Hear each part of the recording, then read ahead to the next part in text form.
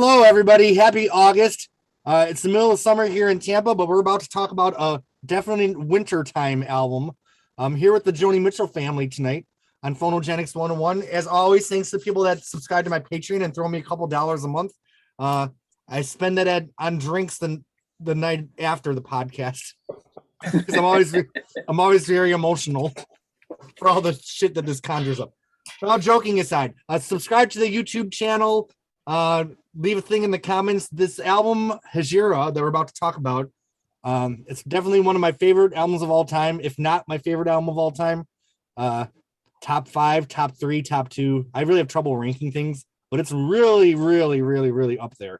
So here's the cover, and then I got my songbook, and this is an album that I think.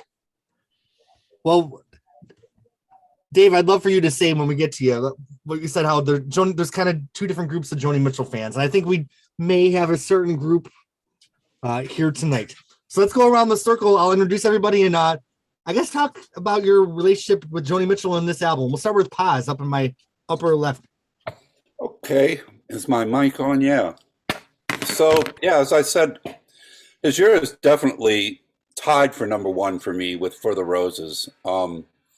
And I lean towards For the Roses because that album for me has so many things that identify with it. I think it's something having to do with the musicians' content in there and the songs.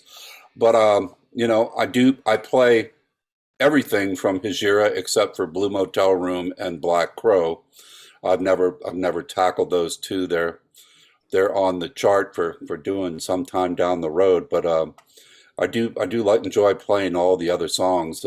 Strange Boy is a favorite, and when we did the Joni Fest in New York, I used to love to do the Hejira and Amelia together, like from the live album. And one year we had a young lady, a 14-year-old violin player that came in. She sort of transcribed the Matheny solo and did it on violin, and that was a lot of fun to do. I did it on the Paz Fest album when I did my first Joni tribute here in New Orleans, and I had Beth Patterson do that solo on bouzouki, and so a lot of fun. So many great tunes on that record, and so many memories from that time period. And I think I got into that one in real time, which was, I missed several of the first albums when I first discovered her. So, but by the time Hejira came out, I was in real time and getting them as they came out. So awesome. All right, Mark Scott. I started listening to Joni Mitchell with Court and Spark and became a huge fan with that record. The subsequent albums, Kissing of Summer Lawns and this one, I had learned by this point in my life that artists cannot stay static. And so I knew that she was changing. I had listened to some of her earlier albums and knew that no two of them were alike. And even though I didn't quite get them at first, I stuck with them because I trusted her and I thought she's growing, she's changing. And having joined the Joni Mitchell discussion list, I learned a lot about the music and how it was made and how it works with the lyrics and makes a whole. And this is just an amazing record in so many different ways, and I love it. I don't know if I could say what my favorite Joni Mitchell album is, but this one is it's a personal record following the Hissing of Summer Lawns in particular, and it's amazing. But that's all I can say about it. I have a feeling we'll be saying a lot more in a little bit. Yeah. All right, Sue, you know what? I realized I never said your last name out loud. It's Tierney, is that correct? Tierney, yeah. Okay. Susan Tierney. Mm-hmm. Susan Tierney, who's been with us. Has it been since Clouds or Song for a Seagull? I think I came in at Clouds. Yeah, I missed a song to a Seagull, unfortunately. But as soon as I heard about this, I had to come. Well, I'm so glad you're here. And tell us about you and Hejira. Oh, my gosh. Hejira, to me, is a spiritual journey. It's just so beautiful. I mean, I tend toward kind of spiritual type of experiences with music. You know, I like ambient music. I like you know, orchestral music and stuff. You know, I like progressive rock too, but you know, it's like stuff that's really uplifting and you know. And this one, like, there's so many. The lyrics are just so amazing. They're so raw and truthful, and they describe.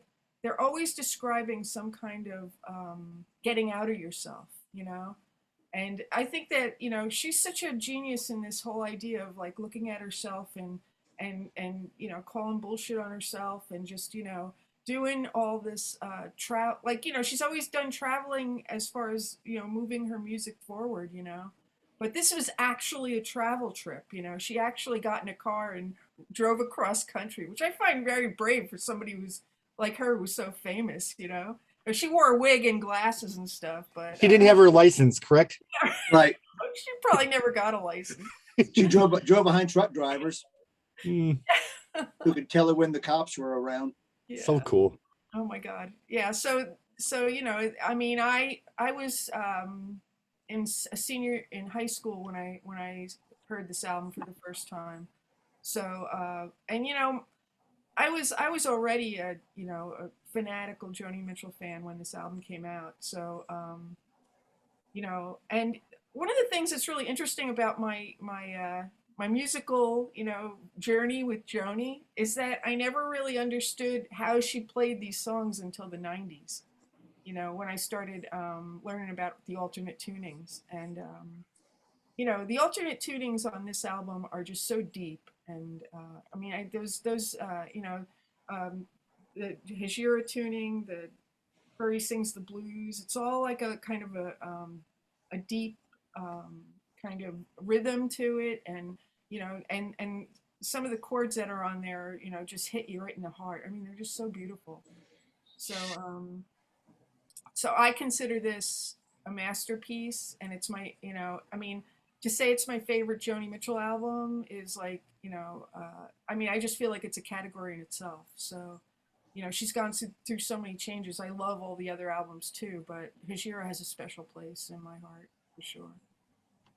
And I do remember a quote she said where she felt like some of her earlier albums, like anyone could have written these songs, but these are songs that only she could have written. That's a great quote, and it's true. Yeah, for sure. Because it's so personal. It's like, you know, just all her, you know, I mean, just the lyrics to Hejira itself, just going through all the stages of life almost, you know, it's just so incredible. You can tell it's definitely the output of a very intellectual, self-examined person. Yeah. All right, Bob. Well, so when this record came out, November of 76, I was mostly into classic rock and roll. I knew Joni. I had Hissing, I had Court and Spark. Didn't have anything before that. And I was working at a sporting goods store. I had a crush on this girl, Lisa. And Lisa said, "Do you have this album, Hejira by Joni Mitchell?" I said, "No, but I like Joni Mitchell." So the next time we were working the same shift, she came in with the record, and I took it home, put it on the turntable, and the first thing I noticed about it, besides the wonderful cover artwork, was the gatefold inside with all of these words. It was like a novel. And I was 19 when it came out, so very, very young. I didn't understand what all the songs meant, but I knew that this was a very, very important record. This to me was where it wasn't a record. It's a piece of art. It's a piece of literature. It's a record all unto itself. I mean, in my view, yes, hands down, my favorite Joni record, my favorite album by anybody that nobody will ever, ever touch again. It's genius. And the funny thing was, she was genius on Hissing, as we discussed last month. And she raised that bar with this record. You know, on the discussion list, we'll talk about what's your favorite line from Hejira. And if you say a favorite line, you realize the next one is just as good. The next one is just as good. You just can't stop. Every single word is brilliant. And it's just like you said, nobody else could have written this. You know, this is the work of a true master and genius at her dead peak. Right. And so it's an album that I have a very, very strong relationship with. You know, I've had a breakup where I came home and put this record on repeat, flip the album while I cried for 4 hours, you know, after this relationship. It's whereas Hissing of Summer Lawns was almost like a portrait gallery. This is portraits in a way, but it's also mirrors. You know, so many of these lines and parts of songs we all can relate to so succinctly and exactly that it's like, wow, you know, how does this even happen? And it's just not words to describe it, you know. I love it. I remember one time, you know, because all the early albums really, you know, when I was in high school, they spoke to me, but I remember listening to Hejira many years later and like just thinking like, man, I'm a fucked up adult, but this album makes it okay to be who I am. Like it just kind of is a roadmap of life that helps me make sense of this craziness inside of me. Yeah, I mean, the more life experience you get, the more pieces and parts of this album you understand. Right. You know. And you realize those pieces necessarily are, it's not bad to be crazy all the time. No. And to feel a lot and be jaded, blah, blah, blah. I'm talking too much already, but I love this one. David Phillips. Okay. So I too, by the time this came out, was devoted to Joni. She could, you know, she could do no wrong. I would follow her wherever she went. And what I remember about listening to this album was listening to it on headphones and thinking, there is so much in here. This is so, because it seems so spare. But when I was listening to it, it was like, whoa, it is layers and layers and layers and layers. And I think I also want to just say that it's so open, it's so vast, you know. There's so much space in it. And also, I'll just say, the whole thing kind of reminds me of Virginia Woolf too, which is I was reading Virginia Woolf when it came out. But this okay, here's another thing, here's another thing, here's another thing, here's another thing, here's another thing, here's another thing, and they all fit together so unbelievably beautifully. And just flow and flow. As of course this is what comes next. Of course this is what comes next. And anyway, it's great, it's fabulous. All right, Jack. Ooh, well, I was a fan of Joni's before Hejira, but I wasn't like a rabid fan. And honestly, she lost me on Hissing of Summer Lawns. I had a roommate at the time who loved it. I could never get into it. But Hejira came out, and first spin, I was mesmerized. I don't know why I got that, and I couldn't get Hissing at the time. Hejira I was instantly mesmerized. First off, hello, Jocko. Wow. Our first appearance of Jocko. The sonics on it, to me, a lot of the music is almost abstract. The various guitar playing and just sounds coming from all over the place. It just immediately struck me. And it was also the first album I remember listening to thinking, like, how does she know this about me? It was like listening to a diary of my life at the time. Right. It's really freaky how much of my life was happening that could be reflected. I was in a long-term relationship with a woman. I was moving back to Chicago, and will she still love me when I get back to town? Oh. There was so much of it that was directly linked to this song. It just completely blew me away. And I agree. It's definitely my favorite Joni album, though I always admit that it's not the one I listen to the most. That would be Don Juan's Reckless Daughter, I think. Oh. But Hejira has a special place in my heart that can't be touched by anything else. they came and, like I love that. That's the one vinyl that Bob kept, Yeah. came and took away my record collection. That's the one vinyl I would want to keep. Um, so I totally get that. I'll add, Jack, that I don't have any tattoos, but if I did, if I was to get a tattoo, it would be this picture right here somewhere. Oh, yeah. I don't know where. Very cool. The Hejira tramp stamp.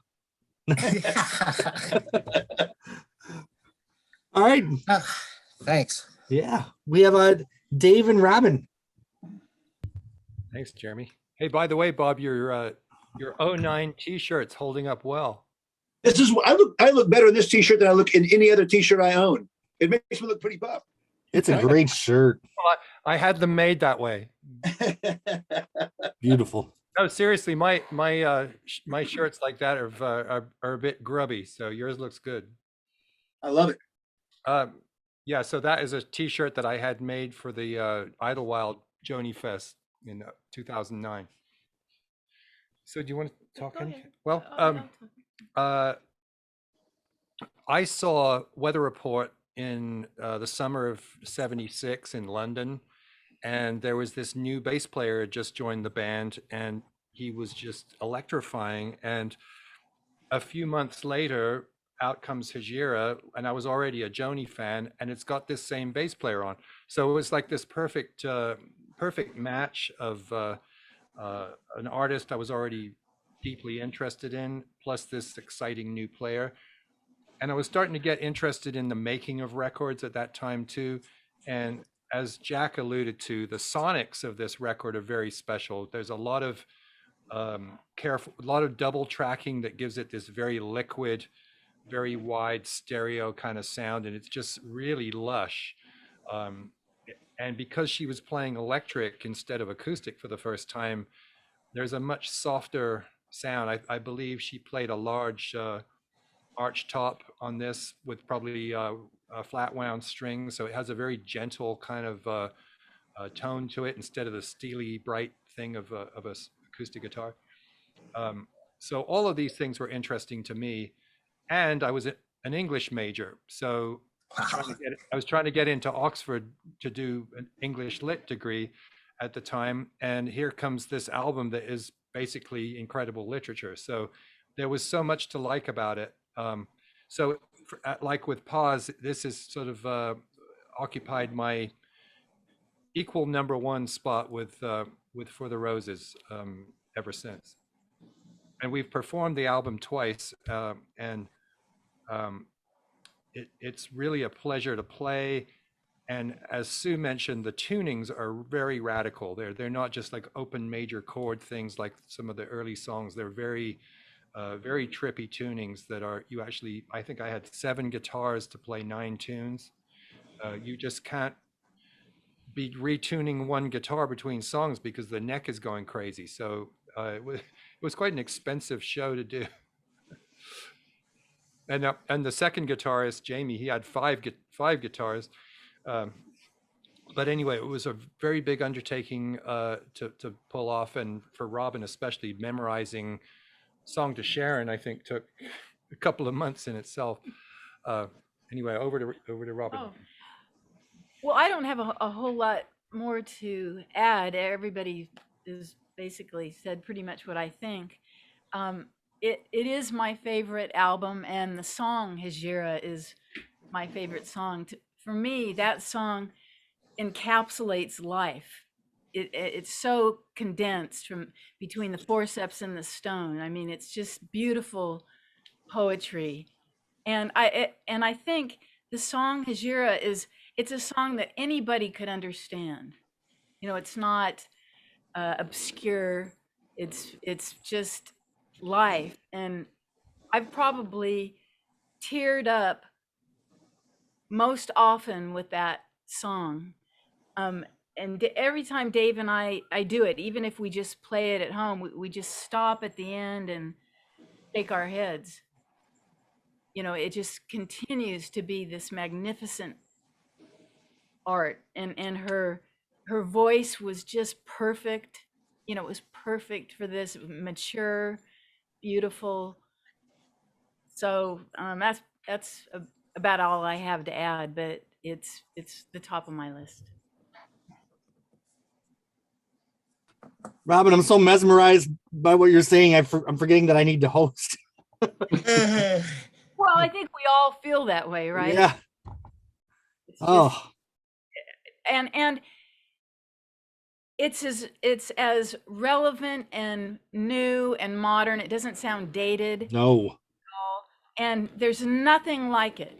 I mean, I've got goosebumps right now because to release an album like that, there's nothing like it.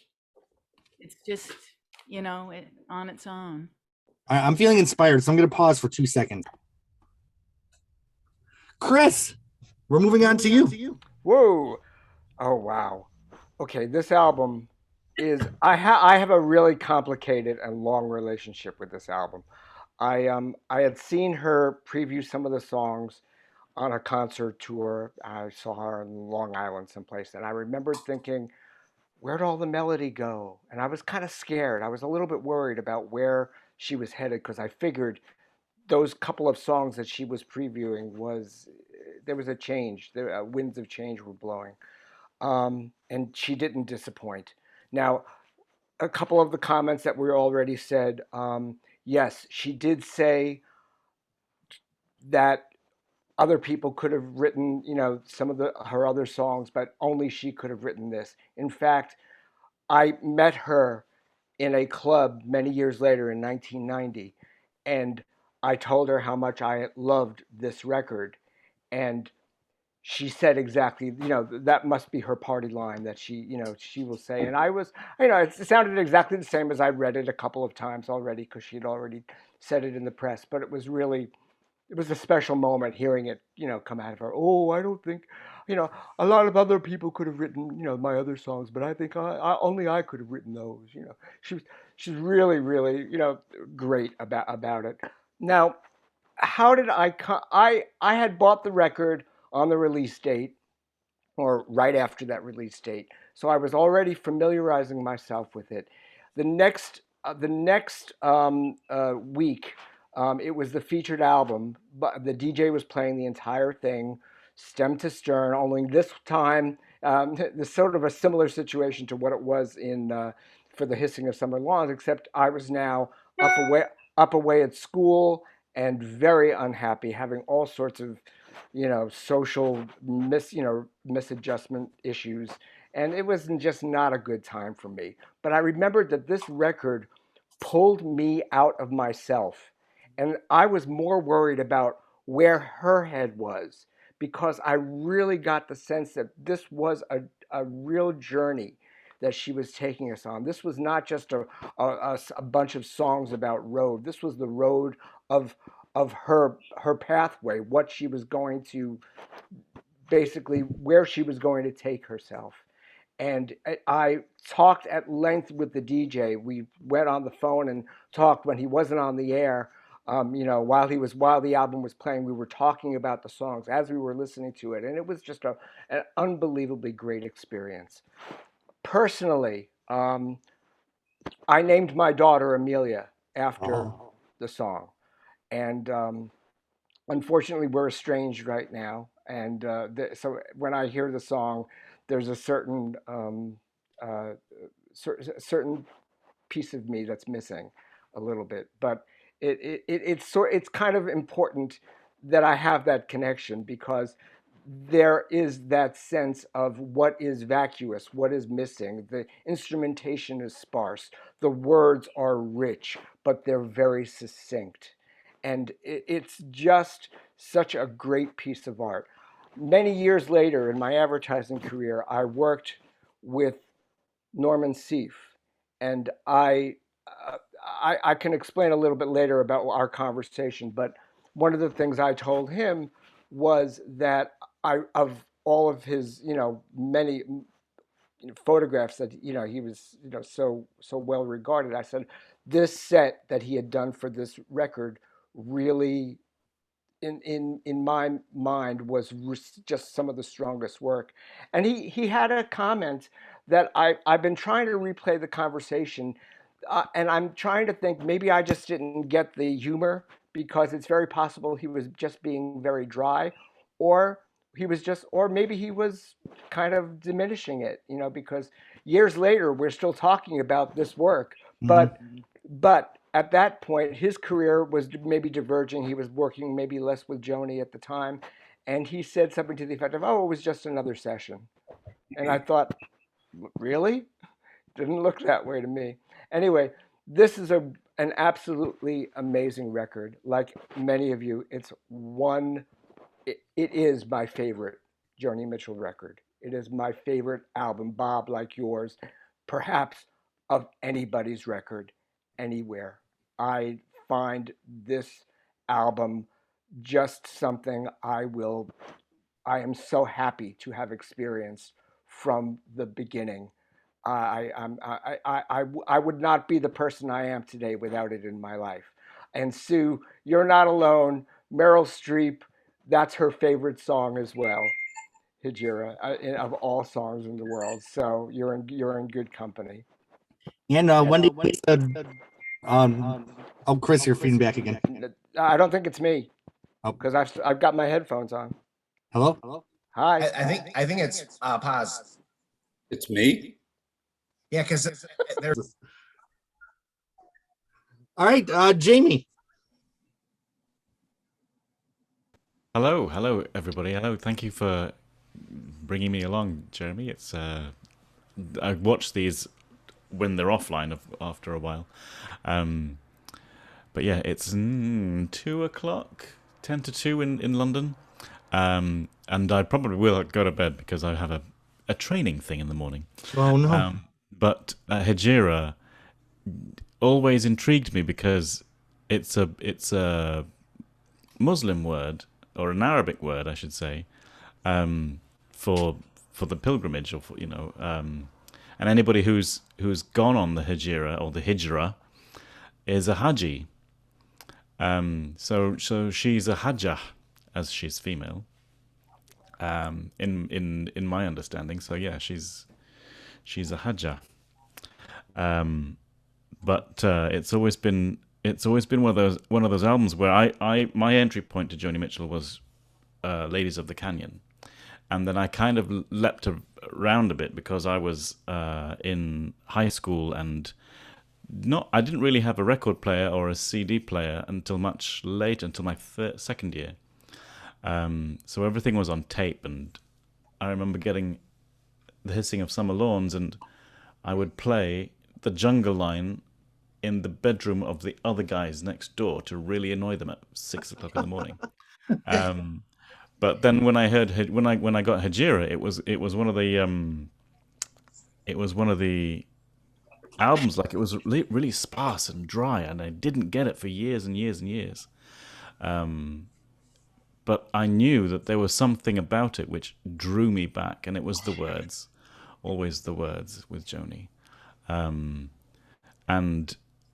then getting into it, the instrumentation, realizing that there's bass and drums and percussion all over the record, but actually you don't feel them because they sort of weave in and out of what she's doing vocally and lyrically, and with that very kind of ragged melody that she sings with, on each song, has a kind of like ragged structure that she will stretch out and about. So there's the playing on it was really just mind-blowing, just to kind of listen to it.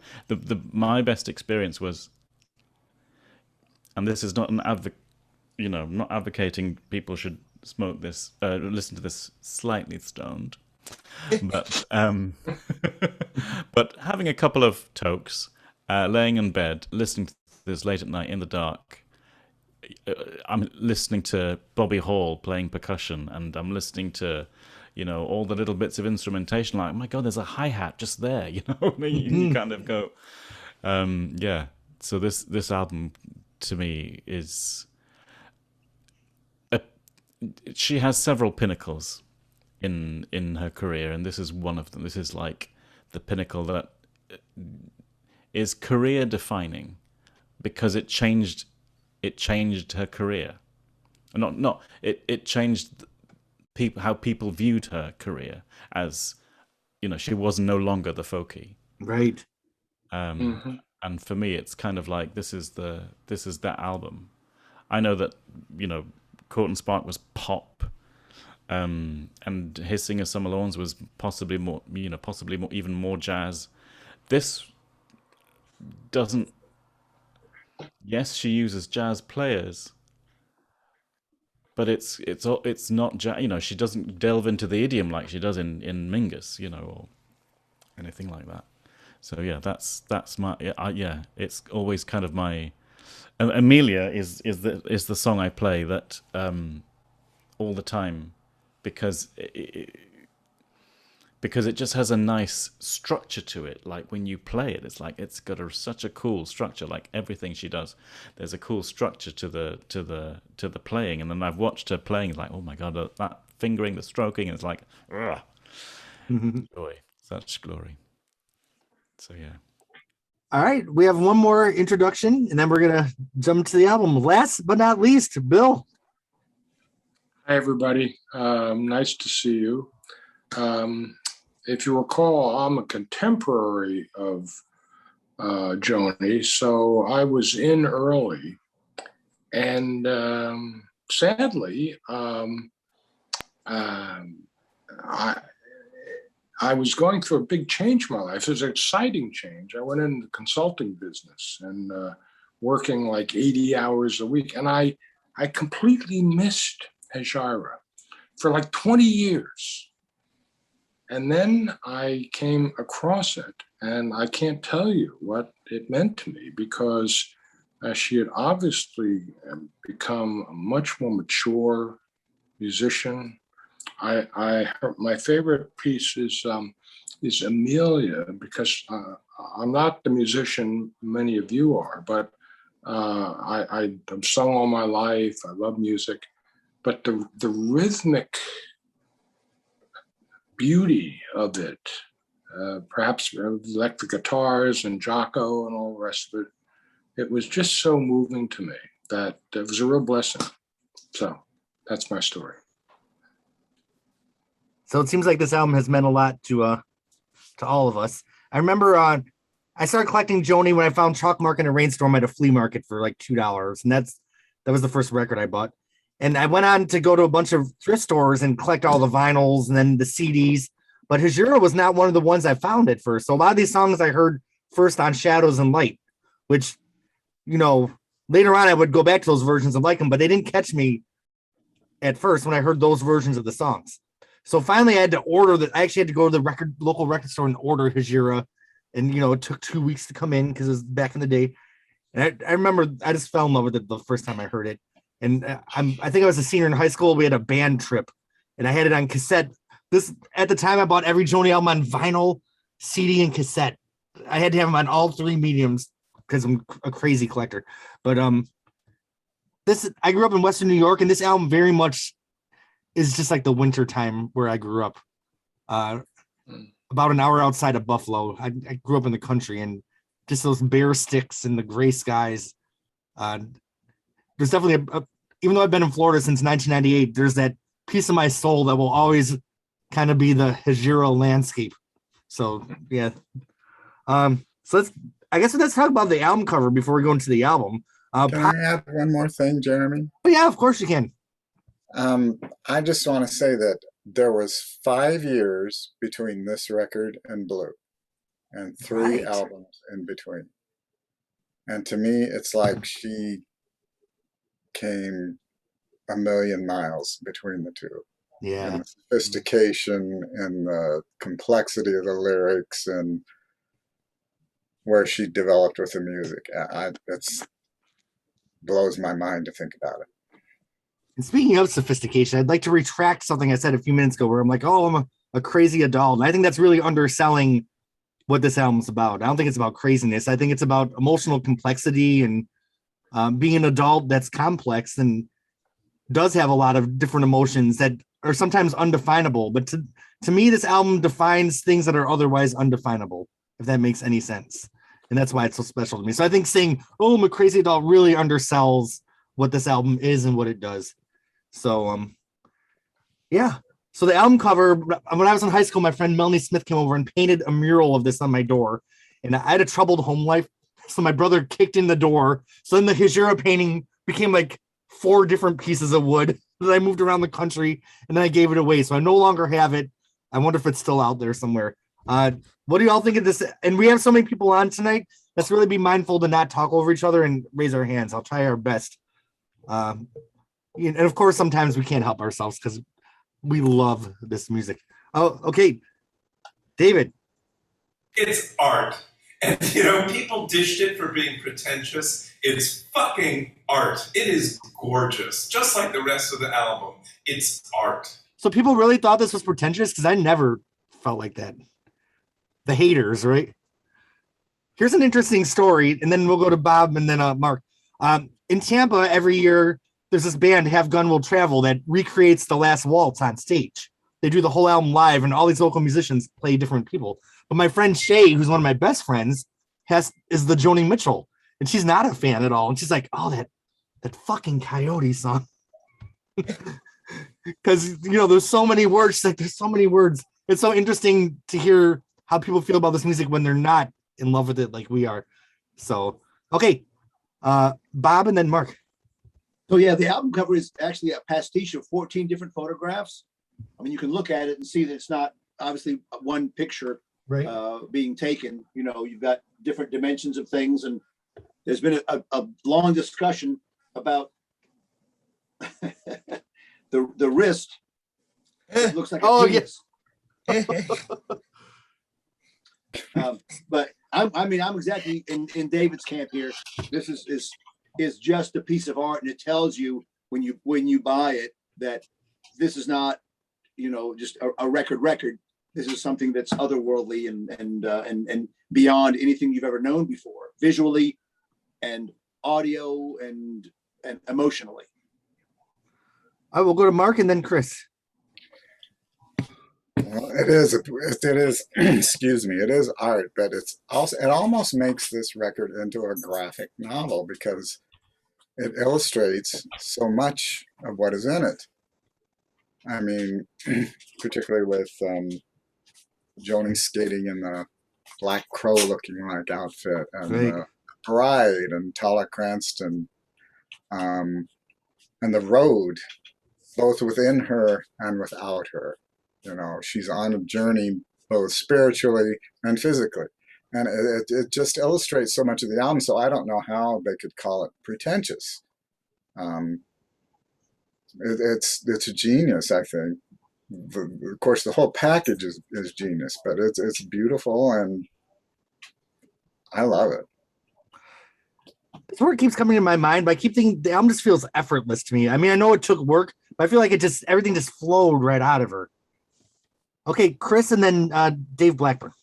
Yeah, well, with regard to the cover and all of the photographs, because it's the whole series that are included in the songbook really flesh out the whole background of the whole photo shoot. It's really pretty extensive, but the fact that she chose it to be or they chose it to be black and white, it sort of embraces a lot of the lyrical references to cold, snow, things like that, and just that kind of quiet that happens when you're outside in a very expansive space, and it's winter and there's no sound but the sound of the snow falling on cedars.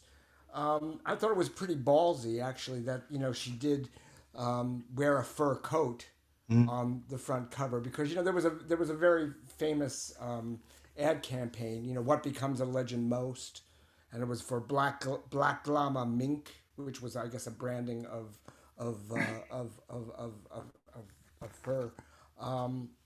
So I mean, there was kind of risk involved, and certainly this is not a folky image. I mean, this is high glamour, and Norman Seeff being the great photographer that he is, and his background in that realm, really, was a superb choice. But they'd already worked together for some of the promo work for Hissing. So it seems like a logical thought. But the cover is spectacular, and again, I still can't imagine. I really must have misread Norman's Norman's joke. It had to have been a joke, although he delivered it with such great deadpan. I took it seriously. I love the first page in the songbook. They kind of just has the color picture of the highway. I thought that was just beautiful. All right, we have Dave Blackburn, and then I saw Bob's hand. My point I was going to make is long gone, but talking about the cover, this was obviously the first black and white cover that she had, so that was striking that way, and she was just so gorgeous at the moment, and the picture really captures that, and yet her expression is very it doesn't give anything away. Her expression is actually, she's not smiling, she's not frowning, she's not being ironic or anything. It's a very kind of neutral facial expression, but her, as Chris was saying, the glamorous aspect was incredible, and of course the picture within a picture was very effective. I don't think that it would have been nearly as powerful if we'd first seen it on a 5-inch format.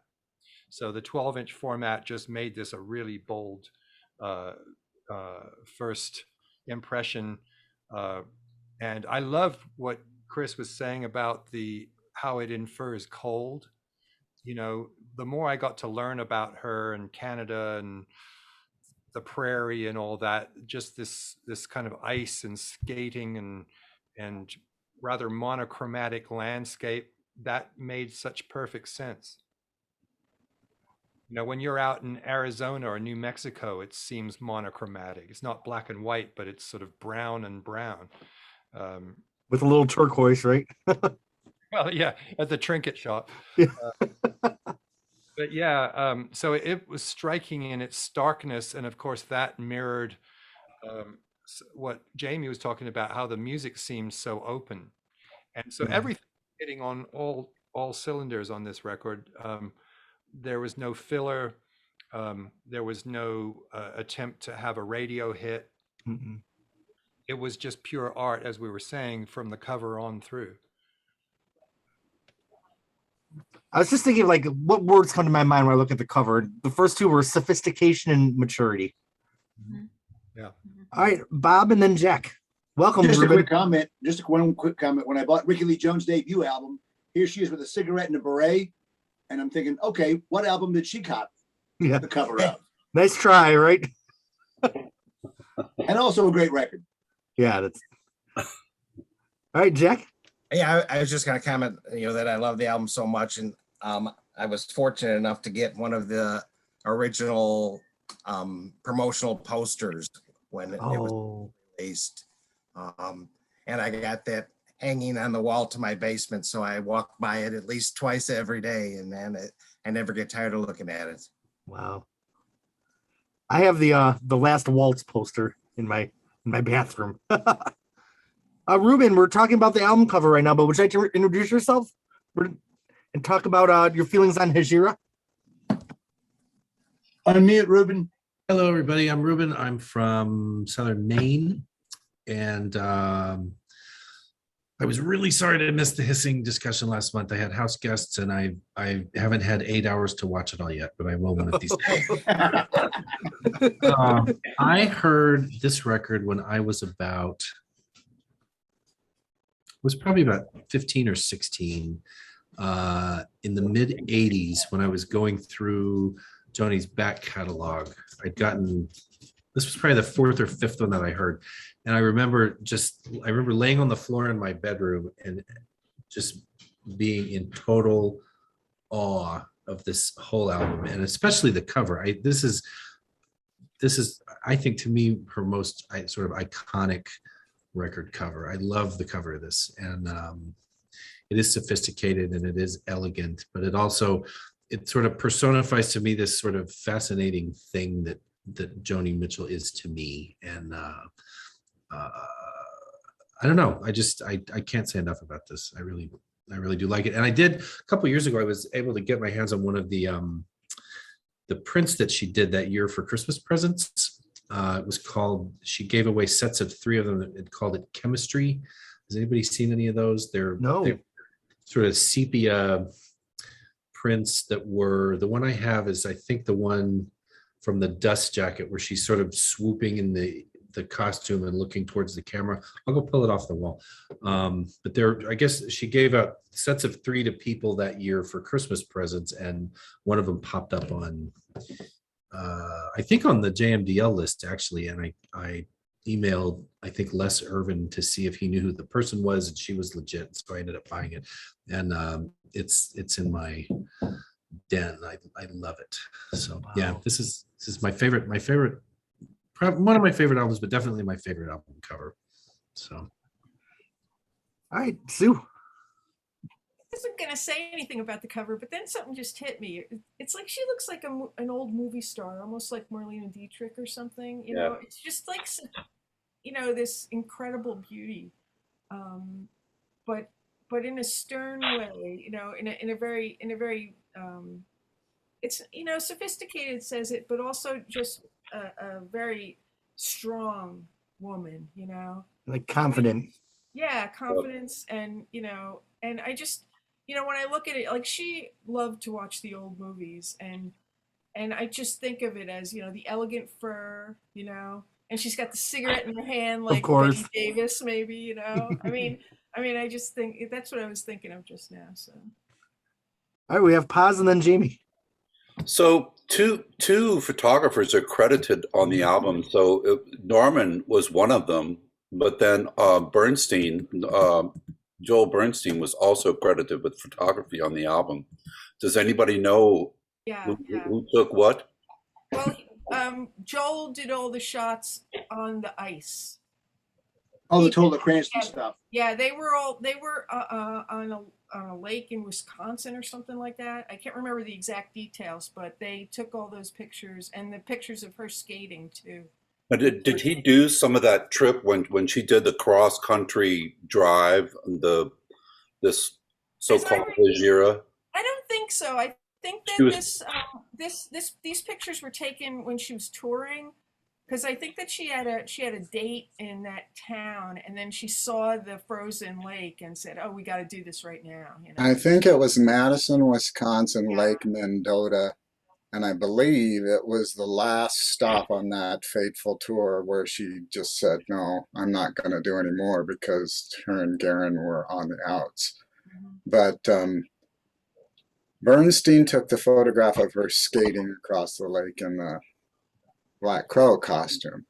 The pictures of Tala Cranston and the bride were taken on a skating rink, I believe, somewhere. I don't know if it was in LA, but Norman Seeff, I think, took those, and he took the cover. And one thing that strikes me, though, about the cover is she just looks gorgeous, like everybody says, and very glamorous, but I don't see makeup on her face. Mm-hmm. Oh, it's natural. Maybe the black and white washes it out, but there's makeup. It's a very natural beauty. But like you said, her gaze is just very blank. There's no emotion. It's like the neutral mask that an actor is supposed to have to put on his character. Which I feel, to me, kind of like describes adulthood to me. You just kind of get this blank mask to get through life. We'll call that the Hejira look. All right, Jamie, I saw your hand was up. Just carrying on from Sue, really. That album cover is as sexy as Joni has ever looked without taking her clothes off. As, you know, no image of any woman could be more sexy than that image. She's there kind of looking confident, kind of almost as if she's striding. but it's a still photograph, and then you just have this gaze, which is like, is it Greta Garbo and Queen Christina, where she's just looking at the prow of the ship off into the horizon, and you just think, she's seeing the future, and that's what I get from this kind of like exhaling a cigarette smoke, and just calmly with a hand in her pocket and holding on to, going, this is me. This is me. Here I am. So just out of curiosity, oh, go ahead. Sorry, I'm busting in and I shouldn't be. No, go ahead, Mark, though. Just one more little detail. I remember reading that she was trying to get a pair of ice skates to go on Lake Mendota, and she wanted black skates for this photo. And the place where she was trying to get the skates said they didn't sell women's skates, or they didn't rent women's skates in black. So I think she eventually had to wear a pair of men's skates to get that photo. Oh, okay.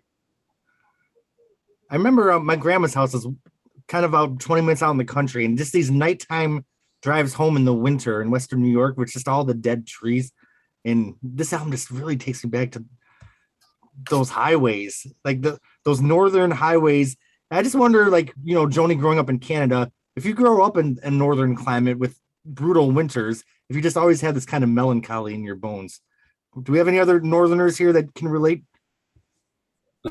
Yeah. Detroit. That's why I moved to Florida. I get severe seasonal depression. So well, if you get nostalgic, you can come where I live. Yeah. For New York for winter. Well, that guitar rhythm on Hejira always makes me think of falling snow. Always. Yeah. Yeah, Stu, I definitely want to come up and visit you. You're stuck with me now. All right. Do we have any other thoughts on this wonderful? Is anybody else here that this is my favorite album cover of all time, I think? Is anybody else here in that camp? It's up there. Definitely. So, I had one other thought too. I remember I went to see an exhibit of it was Tudor Royal Court paintings somewhere in London about 20 years ago. And they were talking about the portraits of Elizabeth Tudor and how the artists and probably Elizabeth sort of colluded to present this image of her. If you look at her, especially in some of the older portraits, her clothes have almost this architectural appearance to them, and she appears larger than life in the frames.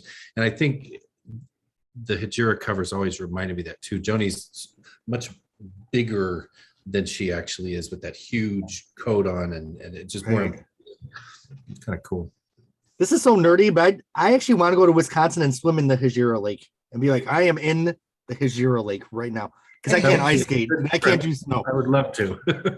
Can we all meet there, please? Okay, David. I just got one more thing to say. I see this and I am so impressed and just amazed at her self-confidence and boldness and courage. It is so her, it just says, this is me, in a way that I don't think any of her, she's got pictures of herself on all of them, but this one is just so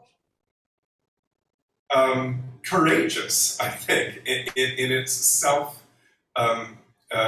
self-expression, and it's like risky. I find it. I don't know. Blah blah blah. I'm gonna shut up before I. Oh, I love what you had to say. And this might be too nerdy, but I even think the font is perfect. Like, how long did they sit there to try to find the perfect font for the album cover? But I think the font is called Garamond. Okay. I had to find it. I had to find it. I mean, I really had to find it. It's just, and the funny thing was, none of us knew how to pronounce this record. Me and my buddy Smitty called it Hejira. None of us knew how to pronounce Hejira. It was not a word we were familiar with. Jamie, why don't you take us through that? Well, he already kind of has. I mean, it's. I mean, officially, it's Hejira. It's 2 syllables, but because conversationally, it's quite hard to go from the j to the r sound. Hejira becomes the common use. So when English people who've kind of come to the Middle East and hear this word, Hejira, that's where the third syllable, the middle syllable, comes from. But yeah, it's that's how it is, Hejira. Oh, Jack. Yeah, just one last word on the word itself. So I ended up getting license plates, Hejira, and it was like a car that had kind of the colors of the album, and man, I loved it. And people would, approach me about it every now and then the car got totaled, and the license plates taken off the car before they totaled it, and so the state wouldn't reissue them again. It was like there would be like 2 sets of plates out there, so I never got it again. But for several years, I had that as my license plate.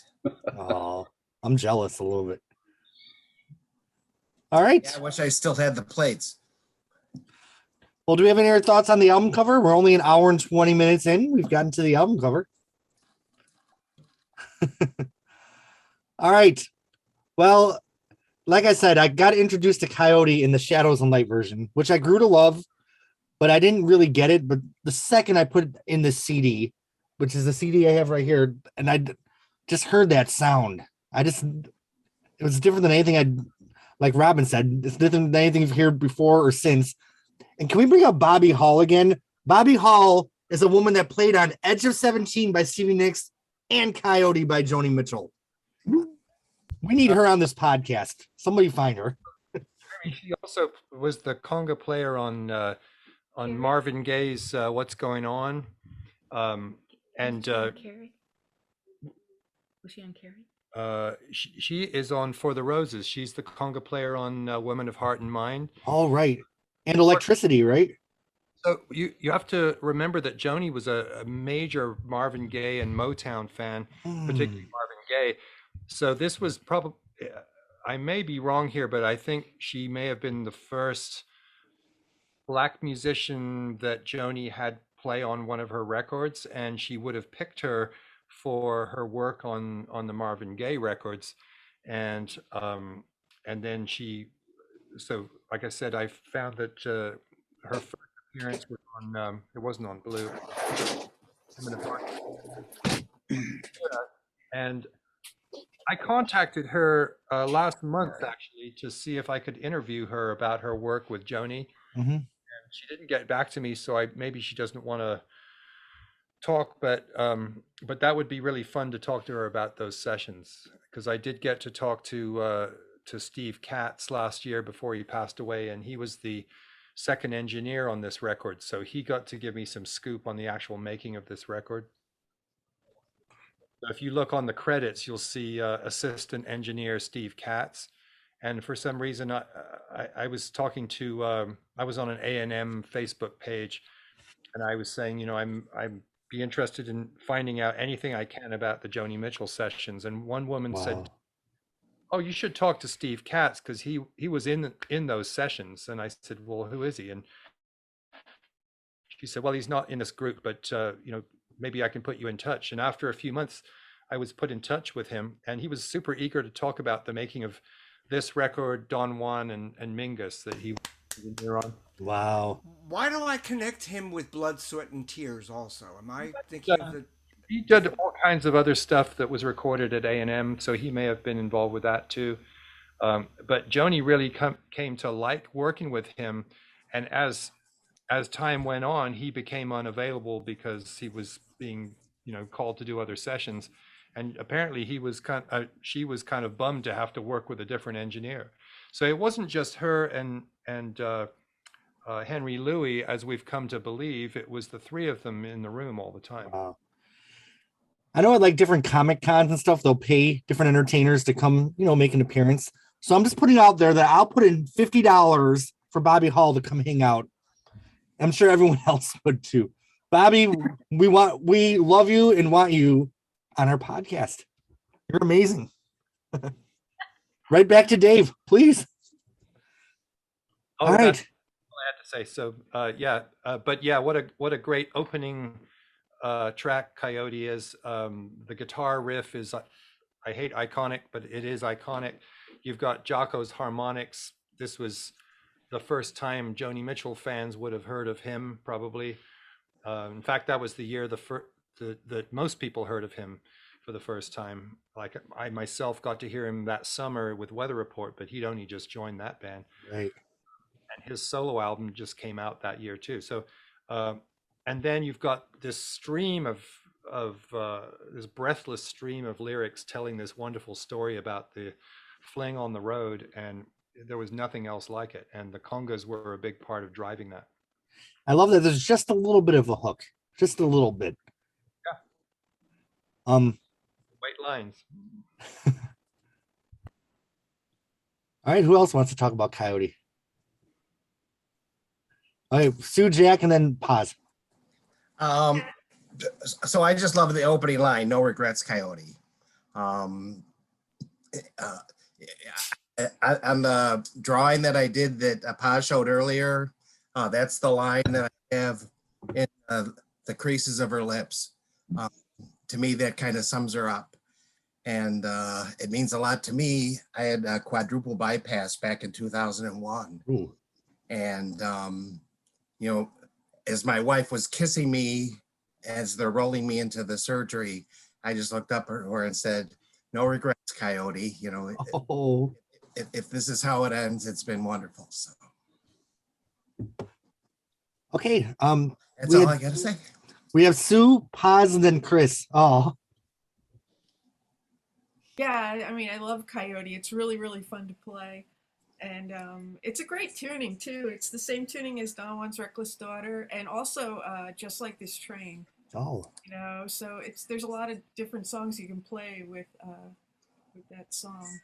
You know, I like to have like the tunings in a row, you know, so I don't have to, like, that's how she set it up, too, when she was playing live. She'd have the family of tunings, you know, when she was Right. playing the TV shows and everything. But Coyote is a great, I mean,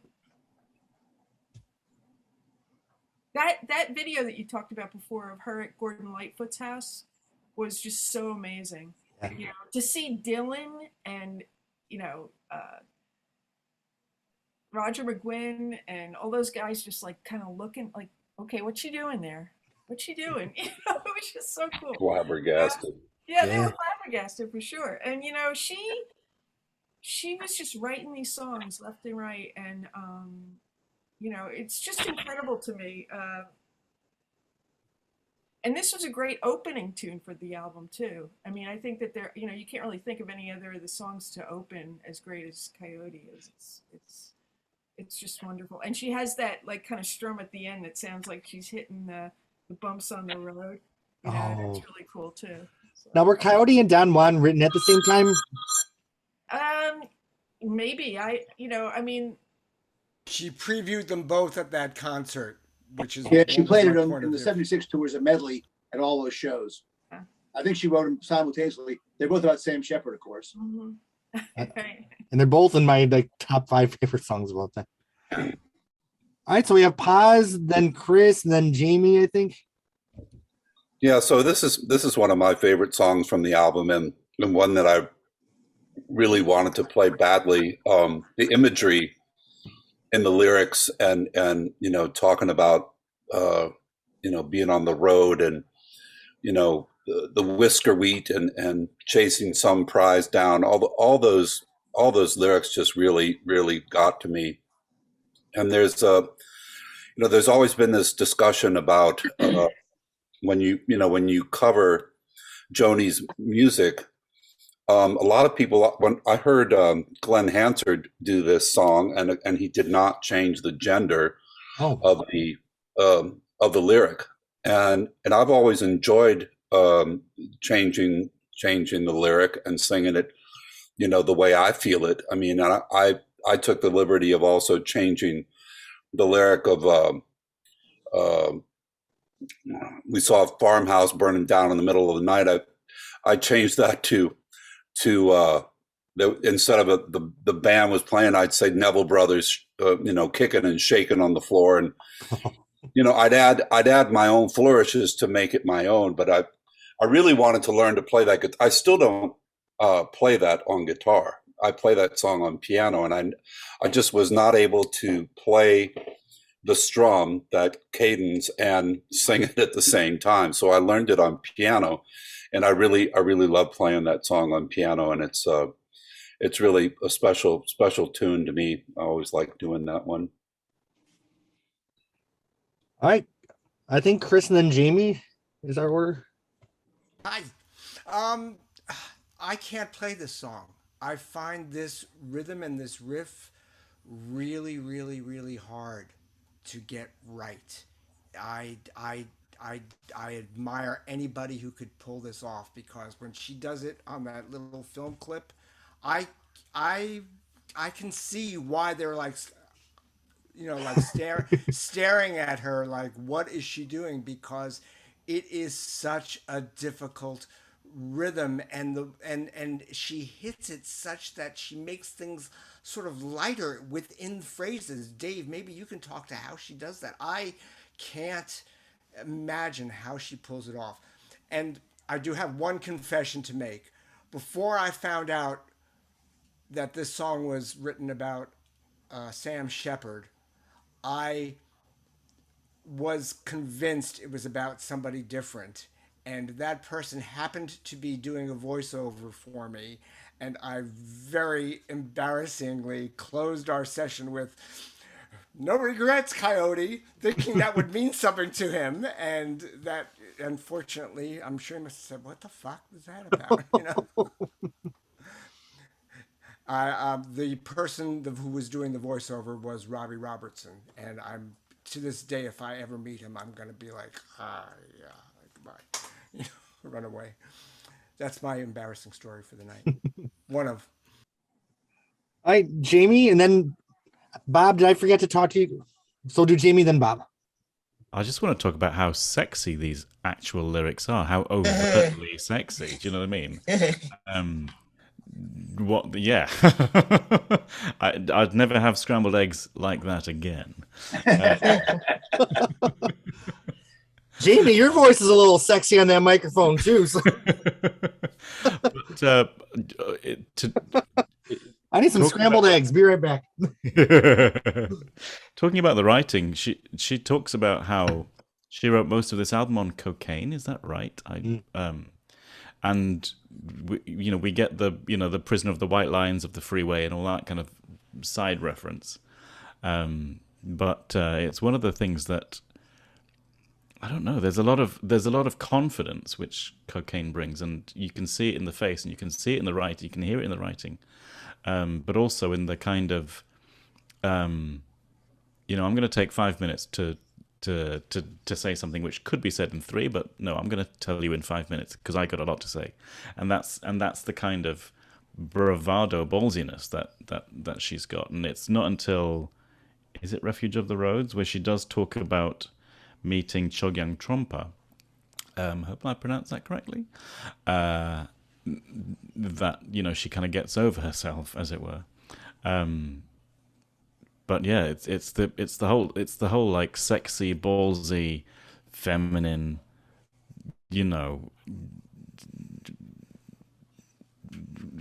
words that she uses, and you kind of, and I've never seen them before. Yeah. In all her other writing, I just think it's like, wow, yeah. All right, Bob. So yeah, I mean, just kind of dovetailing with what Jamie said. As a 19-year-old, when I first heard he picks up my scent on his fingers while he's watching the waitress's legs, I didn't understand a lot of this record, but I knew what that line meant.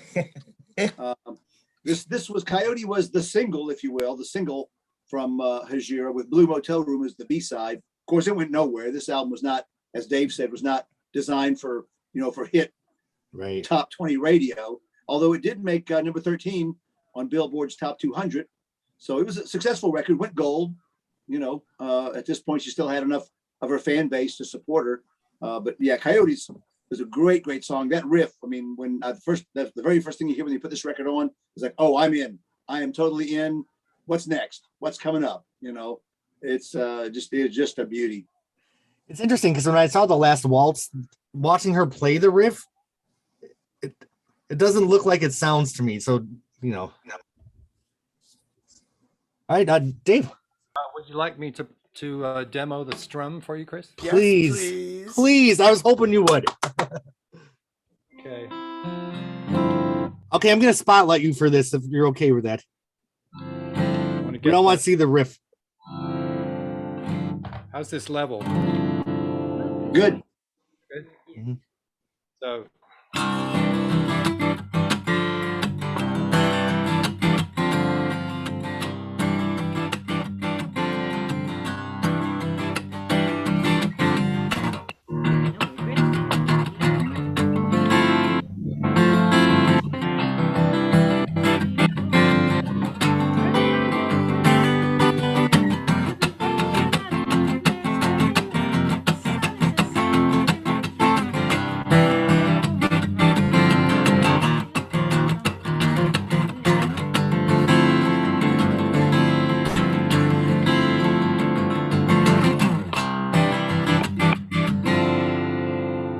Wow.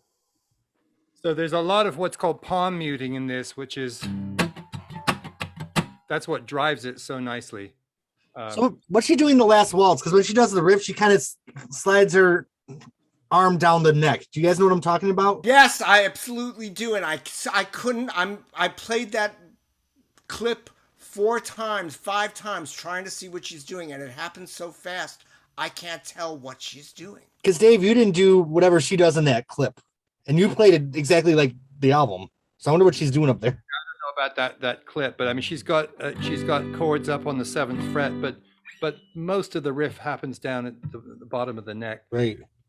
But the thing that's kind of cool about it is, apart from the nice tuning, which was, like Sue said, she's used before on right back on Sister Tobel Lane, she uses tuning, but I don't think I'd heard her do such a rhythmic, punchy groove before. Right.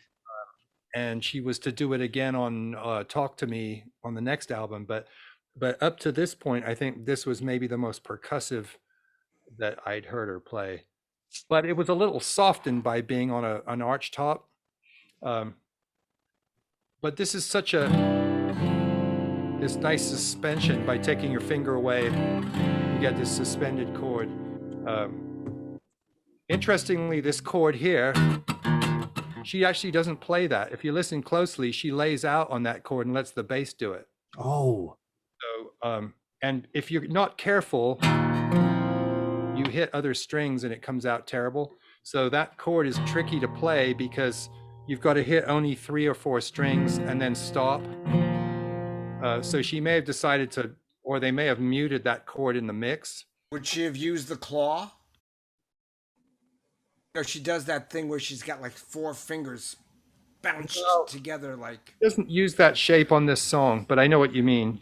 The way she does that shape is she like plays an E shape and then brings her thumb over the top. I do that with this finger covering 3 strings and then you do a thing like this, right, Chris? You do an over the top deal. Yes, I go over the top. Yeah, so there's different fingerings for that, but that shape doesn't actually appear in this song. So. All right, Mark. For me, the riff at the beginning of this song sets up the whole rhythm of travel by automobile. I don't know. Mm-hmm. I just feel like I'm on the road when I hear that. I thought it was interesting that Chris said he thought the song was about Robbie Robertson, because when she performed this in The Last Waltz, I got the feeling like she was kind of looking at him like, what are you doing? The rest of them didn't seem to me like they really quite jived with what she was playing. And one other thought about this, she introduced this song, as you said, on that tour, and she and John Guerin were at odds during that tour, and I have a feeling that he probably wasn't real thrilled about her playing this song that was about another man on this tour. I don't know that for a fact, but just throwing that out there. I think on Zoom, when I make someone spotlight, when I put it back to gallery on mine, I think everyone has to do that on your individual ones too. So if you're still stuck on spotlight, you gotta switch it back to gallery view, which I should have said. I'm loving hearing what everyone says about Coyote. This is one of my favorite songs of all time. I love the story. I love a little bit of nastiness of it. She's having a good time. The farmhouse burning down in the middle of nowhere in the middle of the night. So much of this album, when I listened to it last night, you can just see it. It's so visual. And the music feels like, in a strange way, like you feel like you're in New England in this house. Like, so on Coyote, like I feel like I'm in the diner and that plate of scrambled eggs is in front of me. Bob. Well, yeah, I mean, it's because it's real, because it was all real. You know, Yeah. all the stuff she really saw. She drove by a burning farmhouse. She was in Savannah in the pouring rain. You know, she saw the clouds of Michelangelo. All this stuff is really real. She wasn't writing from some hidey hole somewhere. Right. That's why it's so real to us, because we know it's real. Almost like the realest album of all time, in my opinion. No argument. It's another instance where she's painting, right? Oh yeah. You know? All right. Do we have any other thoughts on Coyote? Covers. Oh yeah. So Bob, who dared cover Coyote? Well, there were 37 covers to date. The first one, and we go back again to this Canadian tribute record, Back to the Garden, that came out with Spirit of the West. They were the first one in '92 to cover this one. And then, as Paz alluded to, Glenn Hansard would be the other high-profile name that did it at the 75th birthday party. And of course, I'll add that Dave and Robin have done all these songs brilliantly. Mm-hmm. I flew all the way from Greenville, South Carolina to San Diego to watch the show, and it was magnificent. Yes. I think I said this on a different podcast, but Dave and, the Mutts of the Planet, I remember listening to your sound samples online and just loving all your versions of Joni's songs years ago. So it's so cool that I'm sitting here with you all now.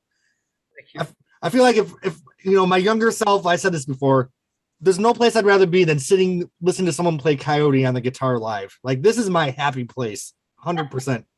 Jack. One more shout out to David and Robin. Whenever I do any kind of cross country trip, this is always the album that I start out with. And I don't even remember what trip it was, but I was heading somewhere and I was looking for Hejira on my phone, and I don't know how it wasn't there. But I was running late. I couldn't wait. I had to go. And then I remembered that I had Dave and Robin's version of Hejira on my phone. Oh, they saved the day for me. Thank you, Jack. I don't know if y'all did the same thing, but I have gifted this album more than any other album to people. Just this, I think you'll like this. Merry Christmas, Happy Birthday, Easter, Thanksgiving, whatever.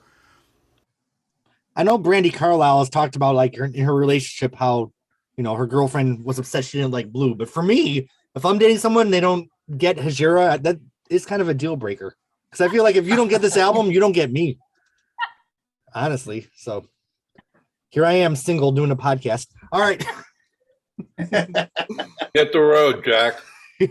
I have used this album as an assignment for my students. Like, when they reach a certain level, then your homework this week is to listen to this album 3 times. And invariably, I get an email midweek saying, "Oh, I really like this. This is good."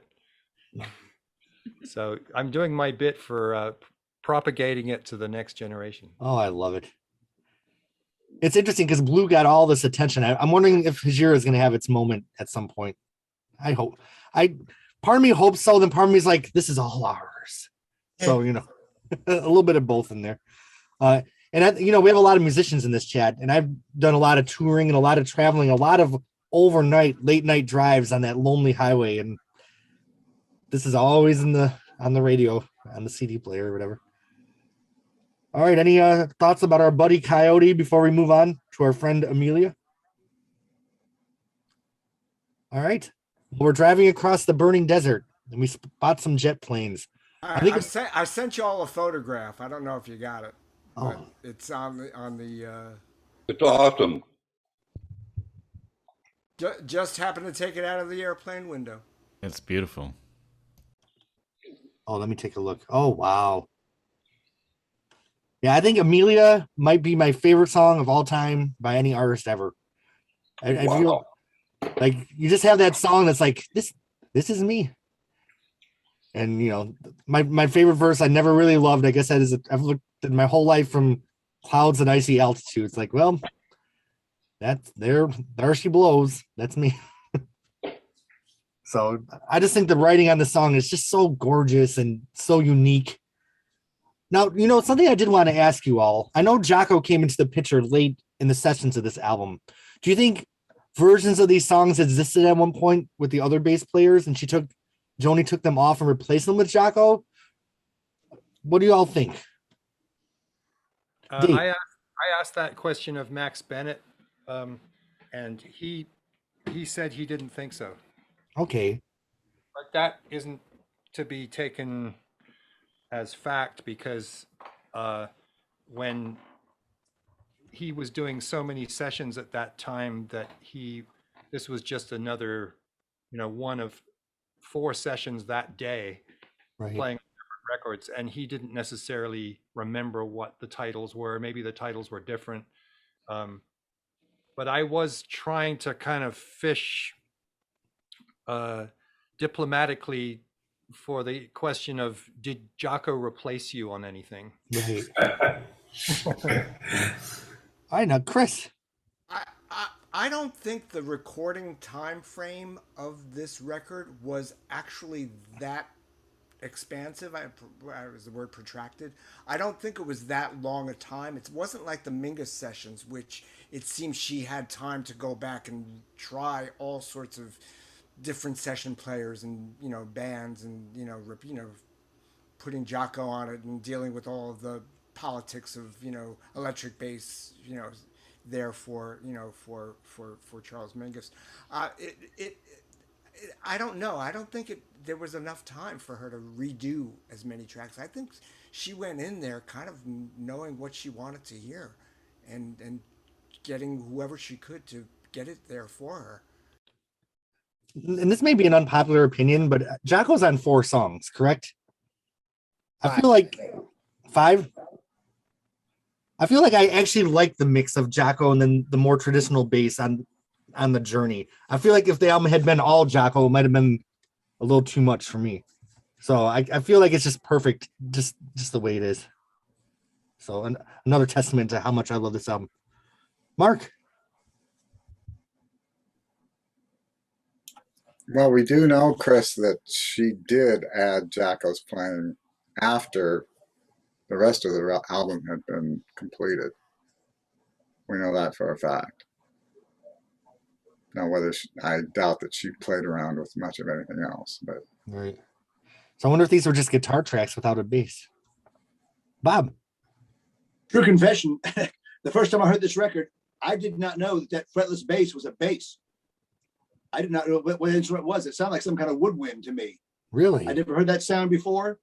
And so until I had the record and read the credits, I said, oh, that's a bass. Okay. I didn't know a bass could sound like that. You know, you're right, Bob, because in Travelogue, they take a lot of Jocko's lines and they assign it to tuba. So they mix it around. Is Jamie going to play this? Yeah, Jamie, I noticed you have your guitar on you. Are you going to treat us to a Amelia? A slight rendition, maybe a short one. I just want to say, imagine Joni looking for a bass player and somebody going, there's this really weird guy who plays with Phyllis Diller. Yeah, and she had heard him sometime between the release of this record and the time that she'd finished recording it, and said, oh, wow, this is the one I've been looking for. And he was another Florida boy, wasn't he? He was. Mm-hmm. Yep. All us weirdos are down here. just for lack of a, and I don't want to hold Jamie up, but he is to bass, I think, what Blade is to the Kit, where there's just no, there's almost no need for an anchor anywhere. I mean, he is, it's melody is what it is for both of them. Yeah, the two of them together are just a match made in heaven. To be a little contrary, Chris, I would say that Brian Blade is a very modest drummer. He leaves a lot of space, and he'll not dominate the song. But Jaco not only would dominate the song, but he'd dominate the mix. Apparently, once she'd brought him on board, he attended every session, whether he was playing bass or not, and would man the console. And that's why the bass is so loud. She'd say, "Man, you're making the bass louder than the lead vocal," and he'd look at her like, "You got a problem with that?" He was so ornery that it was that once he was involved, it's like, okay, you've got me now.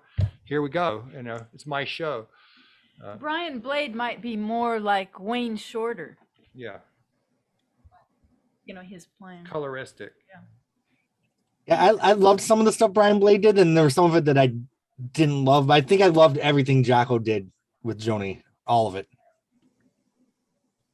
I was just more reacting in terms of it. It's floating. It's not necessary. It's not. There's not a. You know what I mean? There isn't a backbeat that either of them concerned with. Is that on? All right, Jamie, did you want to do a little Amelia? No. Shall we? Yeah, let's spotlight you. Oh God. Here we go.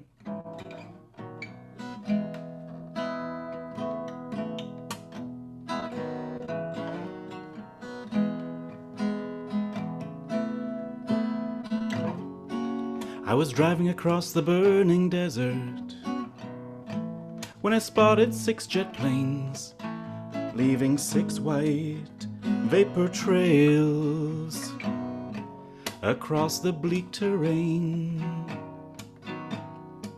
It was the hexagram of the heavens, it was the strings of my guitar. Amelia, it was just a false alarm.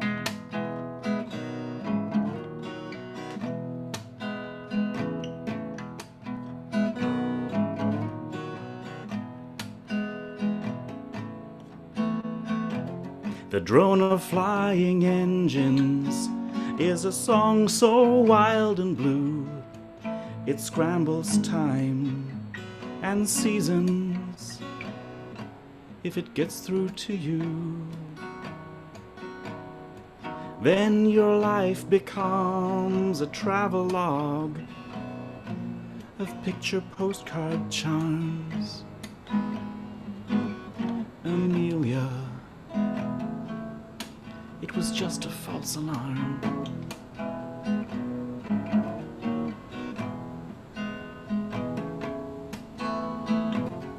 People will tell you where they've gone. They'll tell you where to go. But till you get there yourself, you'll never really know. While some have found their paradise, others just come to harm. Amelia, it was just a false alarm.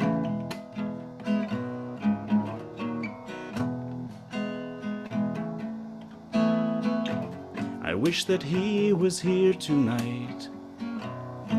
It's so sad to obey his sad request of me to kindly stay away.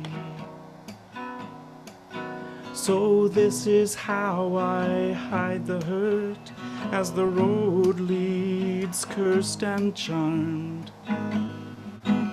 I tell Amelia, it was just a false alarm.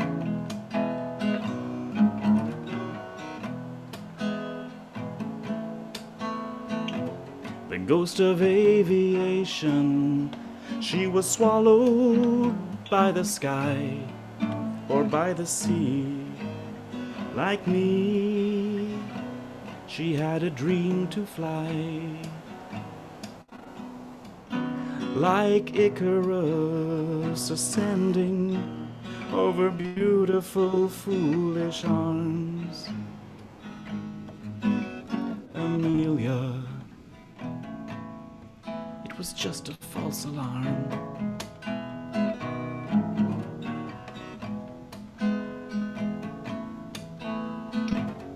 Maybe I've never really loved.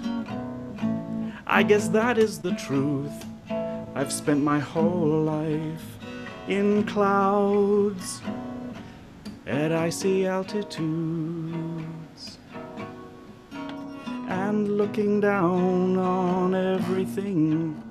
I've crashed into his arms. Ah! Amelia, it was just a false alarm.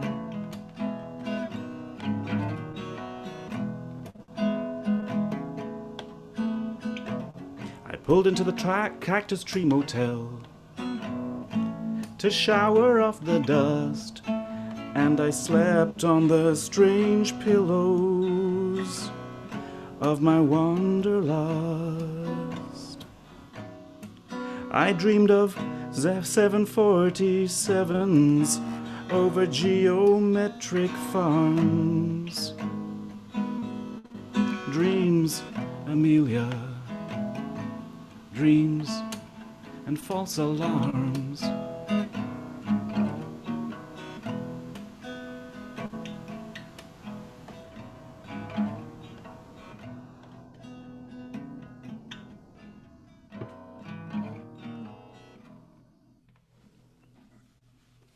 Hey.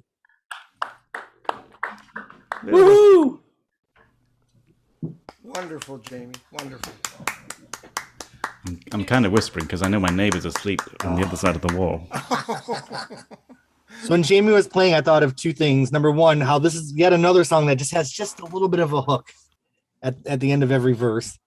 And number two, I love the overdub when she does strings on my guitar, how she overdubs the chord over it. All right, Chris, and then David. I wanted to bring up the New York Times. I believe the reviewer might have been Robert Christgau for the Times. Whoever it was obviously the New York Times did love this record, and he gushed about this record. Basically, he would bring up this record and even this song on almost everything he reviewed for Joni going forward, to the point where the version that was done on Travelogue, he did not forgive her for. And he just completely skewered it, spent half of the review just talking about how disappointed he was in that particular arrangement and cover of performance of that song on that record. And it just completely almost tossed the entire rest of Travelogue away, which is a real shame because he threw some really great things out by just in a peak in a frenzied peak. Anyway, this song definitely caught people's attention, both in terms of the writing chops, of the lyrical chops, and just the beauty of the performance and the melody. It caught a lot of attention that I recall. All right. Who was next? Sue, and then David. Oh, you're on mute, Sue. You did.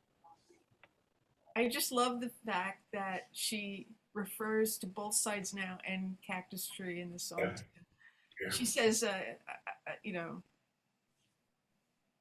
in icy altitudes, I've always, I can't remember the line now, I've been in Spent my whole life in Whole life in clouds at clouds. icy whole life altitude. in clouds and icy altitudes, and the Cactus Tree Motel. It's like the journey is like she's like thinking about all the spots on the journey, and just using Amelia Earhart as the the metaphor for the whole thing, is just so beautiful. And I we're, love the whole song. It's amazing.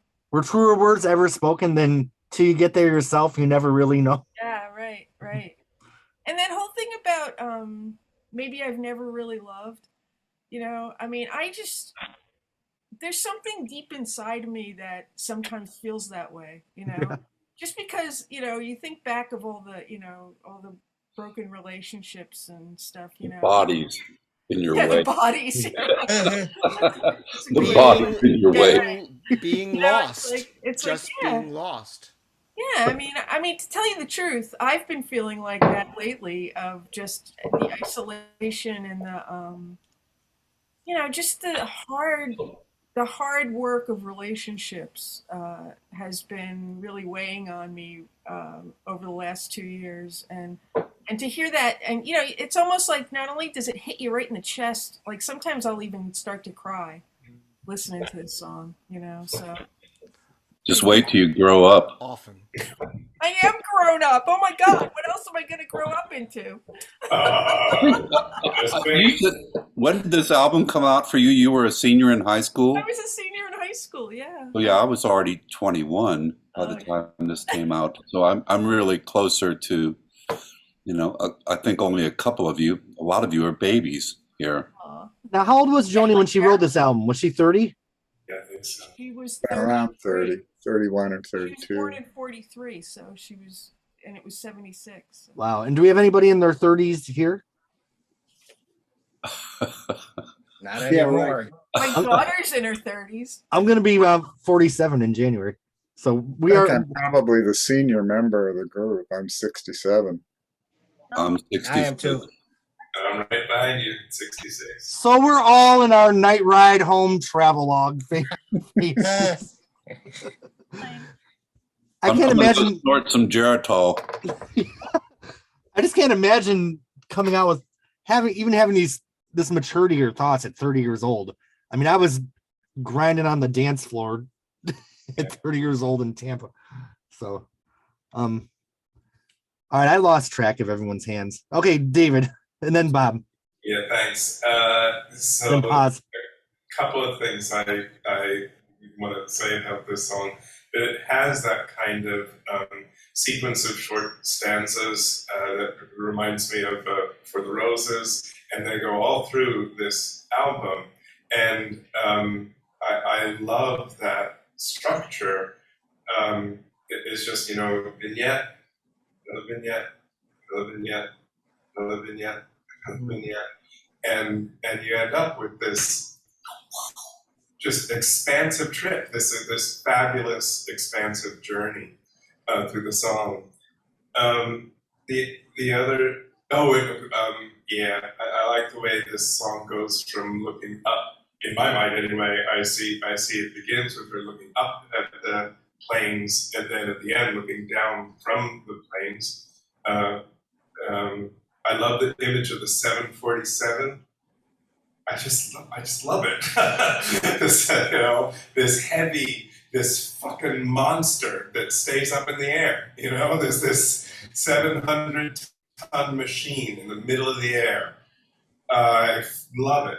And the other thing I just kind of want to mention is, just because I've mentioned Joni and the I Ching before, I mean, it's right there, the hexagram of the heavens in the first line, and that is actually, the hexagram of the heavens is six unbroken lines. And it is actually the hexagram, the name of the hexagram is heaven, So, and it's the hexagram of the creative and the masculine principle, maybe. Anyway, this is just a fucking profoundly beautiful song. And Sue, to piggyback off what you said, I think back in my past, I've been obsessed, I've been fixated, I've been in lust. I don't know if I've ever been in love. And when you hear this song, you know, in your 40s and, you know, approaching 50, looking back, I think this is an album that we can revisit at different times in our life, and it's always going to speak to something new. Because when I re-listened to it yesterday, I was like, okay, I didn't feel this when I listened to this 10 years ago, but it's kind of the gift that keeps on giving. All right, so we have Bob, then Paz, and then Chris. So just the first quick note, when I was a kid, our parents had Amelia Earhart luggage, and we'd go on vacation and pack our stuff in Amelia Earhart. And I said, why would you buy luggage with Amelia Earhart's name on it? I don't think she made it to where she was going to. This is not a good idea. But that's what we had. This song is obviously an extremely brilliant song, and this song has lines in it that I will use in conversation. Coyote, I use roll right past that tragedy. I'll say that at least once a week. You know, I'm going to roll right past that tragedy, whatever it might be. In this one, or whoever, it's people will tell you where they've gone. They'll tell you where to go, but until you get there yourself, you never really know. And I'll even say it to people in conversation. You know, listen, as you go through life, people will blah blah blah blah blah, and it's like it's just such a universal truth. Even again, when I was younger, when I was 19, hearing this radio for the first time, I got that part of the song. I got it. The rest of it, I didn't. And I think some of this has John Guerin, some John Guerin inference in there in terms of just a false alarm with her relationship with him. But this is an amazing song. It was the very first song from this album that got covered. We'll get to that in a minute. But I couldn't love it more. I remember that Paz. I remember one of the earliest Joni Fests. You and me did this song, and I'm singing it. You're playing it, and I looked out in the audience, and people were, you know, T-shirts were.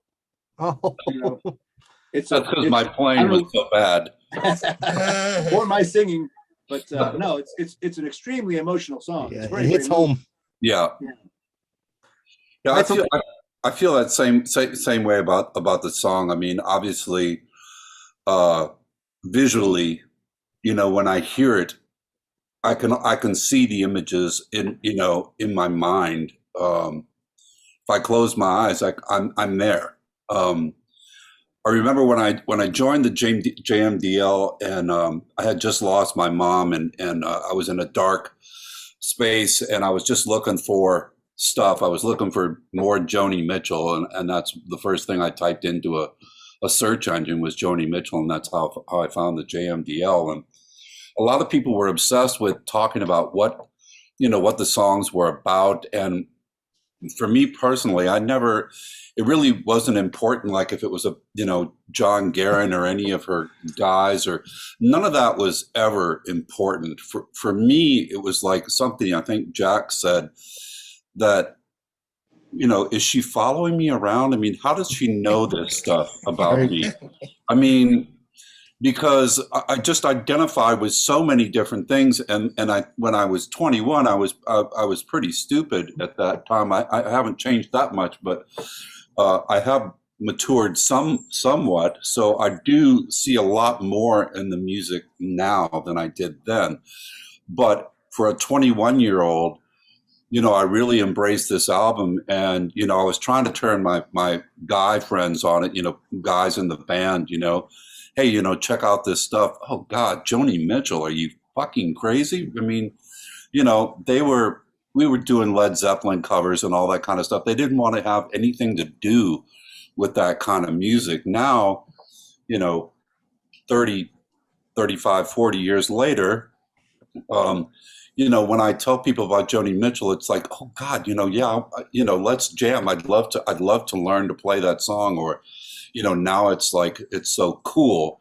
And of course, Amelia is one of the first ones that I'll always pull out. And it's so accessible for people to be able to wrap their minds around this music and those images and stuff. And so, yeah.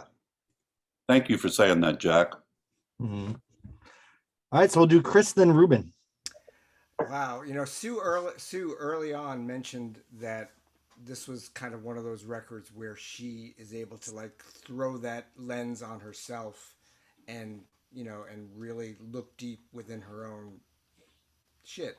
And this when she sings maybe I've never really loved. I guess that is the truth. I took such a pause because, listening to the record, through Coyote and now to this, suddenly it was in a really deep personal space that she hadn't been to for a couple of records now. Mhm. And she was there full force. Not only that, but she was basically telling me, I'm not your guru, man. I don't know what I'm talking about. And I thought to myself instantly, it's flashing in my head, I'm lost. I'm lost now. There's no hope for me, because the person I was trusting to sort of help me navigate all this crap, in life, is now telling me that even she's unsure.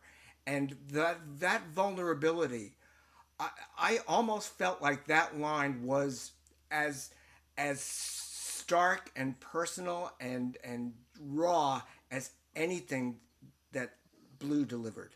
So Oh, this for was sure. that was my first moment of this record is going someplace, and it gets somehow deeper and darker later on, and I'll talk to that. But this was my first, as I'm listening through, that's when I stopped and said something's going on here. I wonder if if Joni Mitchell is sitting with us right now. Joni, do you feel like you've ever loved? I wonder what her answer is now, and how old she is. I guess none of us know, but I wonder. Ruben, She might say it's enough to be loved. no.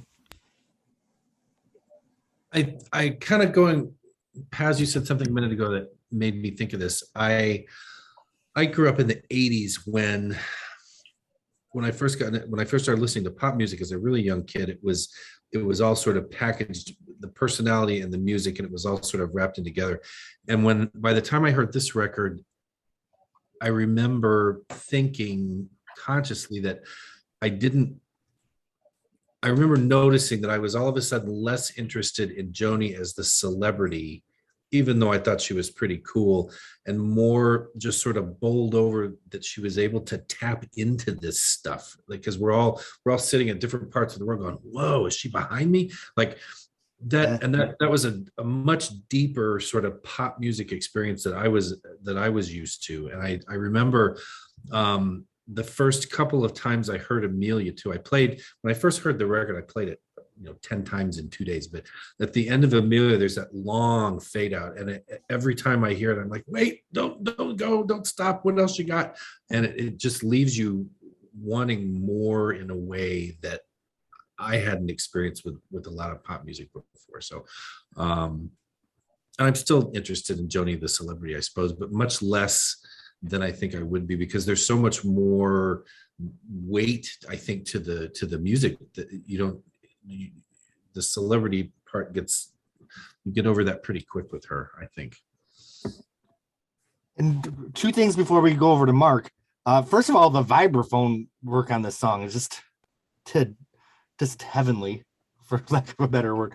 And second of all, when I listened to the album yesterday, a lot of the fade outs really got to me because they're just perfect.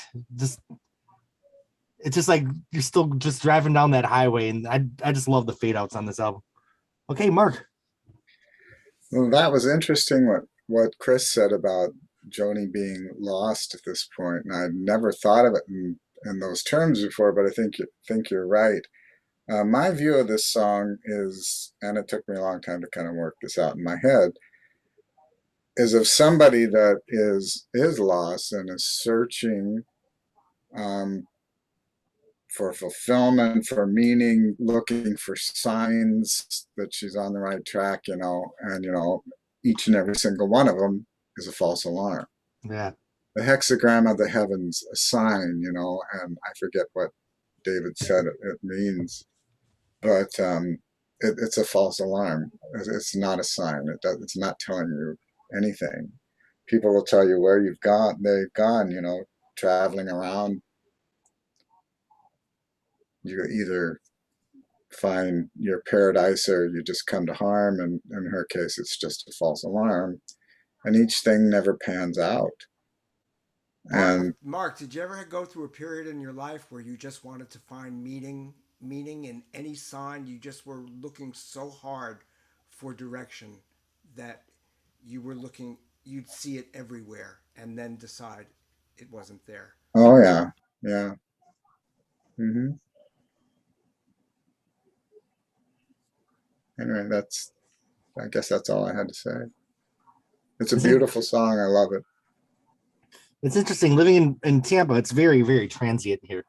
And I know people that they have got to get out of Florida. And to me, Tampa's the place that saved my life because I was really suicidal up in Western New York. So I think if I wouldn't have come here, this is my paradise, but it's harmed other people. So that I just love that line. And, you know, we all have our paradise in the place that brings us harm for no New York. Okay. David, was your hand up?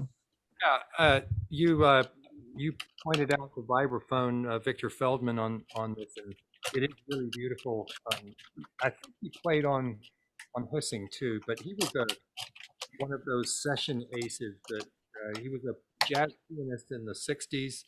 He was a British guy actually, and he was a drummer, a pianist, and he could do the mallet percussion as well. So vibraphone. So he was kind of a useful guy to have on a session. And I believe he kind of came undone, not too long after this. I forget what happened to him, but he might have been manic depressive or something. But Larry Carlton deserves a lot of applause for this tune too. The kind of atmospherics that he provided, he just creates clouds, with the volume swell stuff. I guess what she would do was have Larry come in and give him about 4 tracks to just improvise and then send him home. And then they would find their favorite bits and sometimes have all 4 guitars going at once. So of all these weaving, improvised, spacey lines.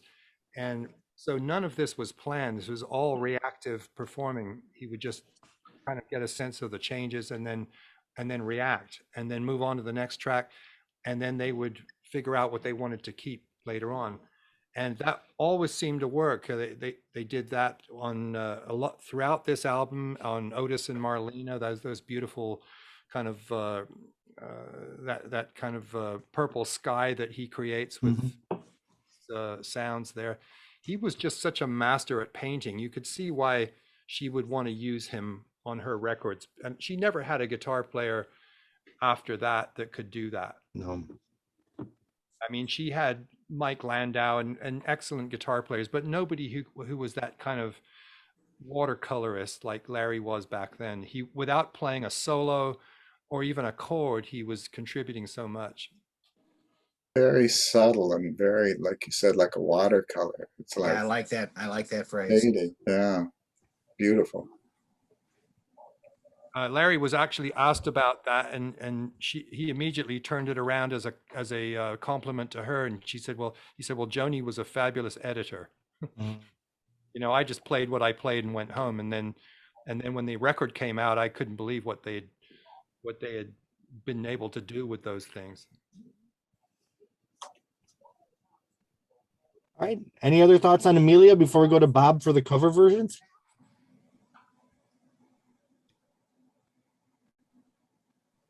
Wow, we've tackled Amelia and Coyote. Yeah. 2 hours and 15 minutes in. So Bob, who dared to cover this song? Well, actually, lots of folks have dared. This is number 23 on the list of Joni covers, so it's almost top 20 through 50 covers.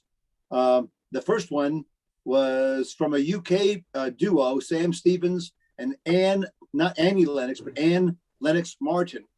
Did it on a piece of vinyl. So they were the first ones. And this was the first Joni, the very first cover of any song from Hejira that I'm aware of. Okay. If you can beat that, then let me know. But I'm telling you, 22 years of research, you're probably not going to stump me. But so Amelia has been done by Diana Krall. Etta James recorded it for the Reprise tribute CD, which never came out. It's never been released. That Etta James recording. Of course, I have it. Betty Buckley did a version of it. Herbie did it on his CD with Luciana Souza. on vocals. It's been done in Spanish language and Swedish language. David Crosby's done it. So it's a real popular song. How was for the real good reason. How was the Etta James version? I like it. I like it a lot. Yeah. How about the David Crosby version? It's not memorable, but it's not bad. It's Amelia. He tries, right? If I can do it, anybody can do it. David. All right. Do you like For Free, Bob? Do you like his cover of For Free? Yeah, I do like that because of the duet. Yeah, with Sarah. It's really pretty. Really pretty. I'll have to check it Nick out. has been playing it a lot on her show. It's really amazing to have his journey of his life to be where his voice is now. Because Stephen Stills can't sing his way out of a paper bag. Yeah. David Crosby still sounds pretty good. Stephen Stills was in this room where I am right now. Came in one night at 2 a.m. with Jack Nielsen in tow. We'll talk about that another time. When we cover Crosby, Stills, Nash, and Young.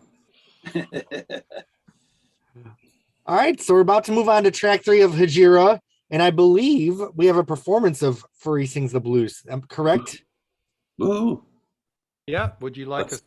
Let's start with that. Now let's start. Let's listen and then discuss. We have Dave and Robin going to treat us to a performance. Is this on?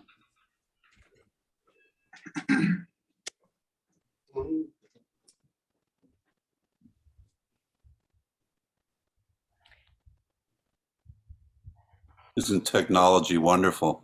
If there's any problems with it, let us know. Okay. Yeah, your voice sounds great, and the guitar before sounded great.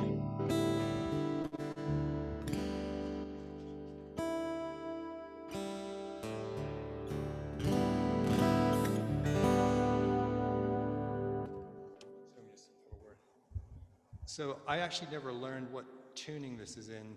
Sue could tell us, I'm sure, but I do this in drop D. So if my shapes look weird, that's why.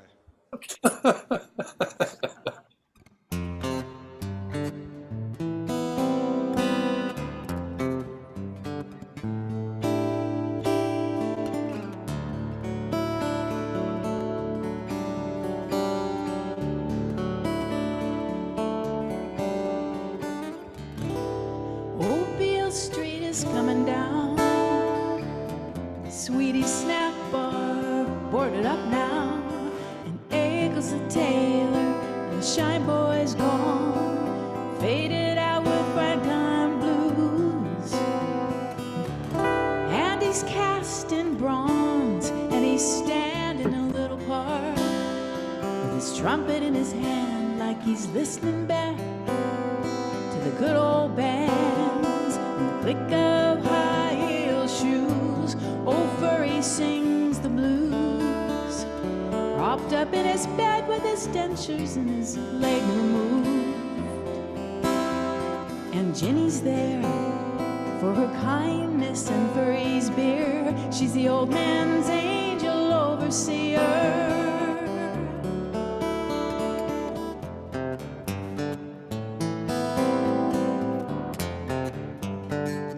Pawn shops glitter like gold tooth caps.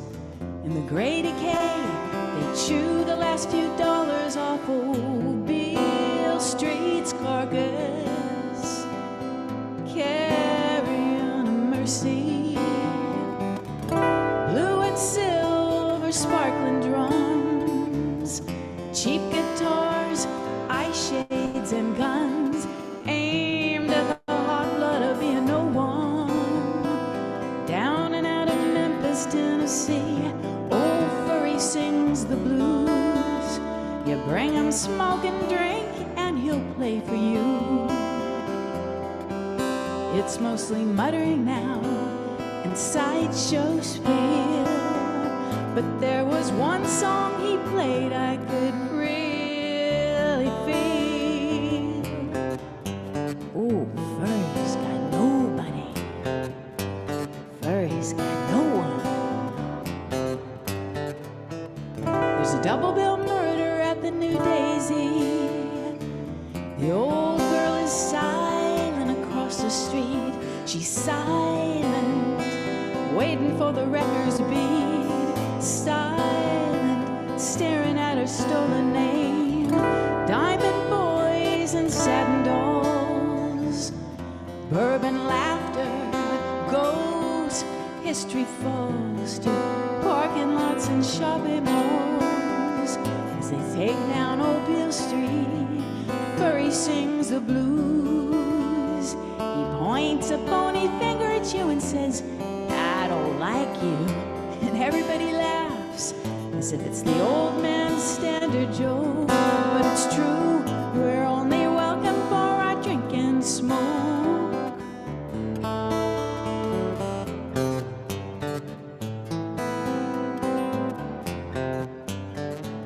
W.C. Handy, I'm rich and I'm Faye, and I'm not familiar with what you played, but I get such strong impressions of your heyday, looking up and down Old Beale Street.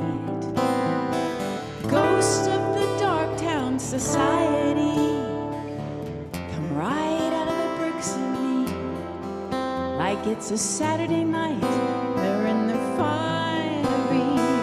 backing it up in satin blues. Furry sings the blues. Why should I expect that old guy to give it to me true? Fall into hard luck and time and other thieves, while a limo is shining on his shanty street. Old Furry sings the blues.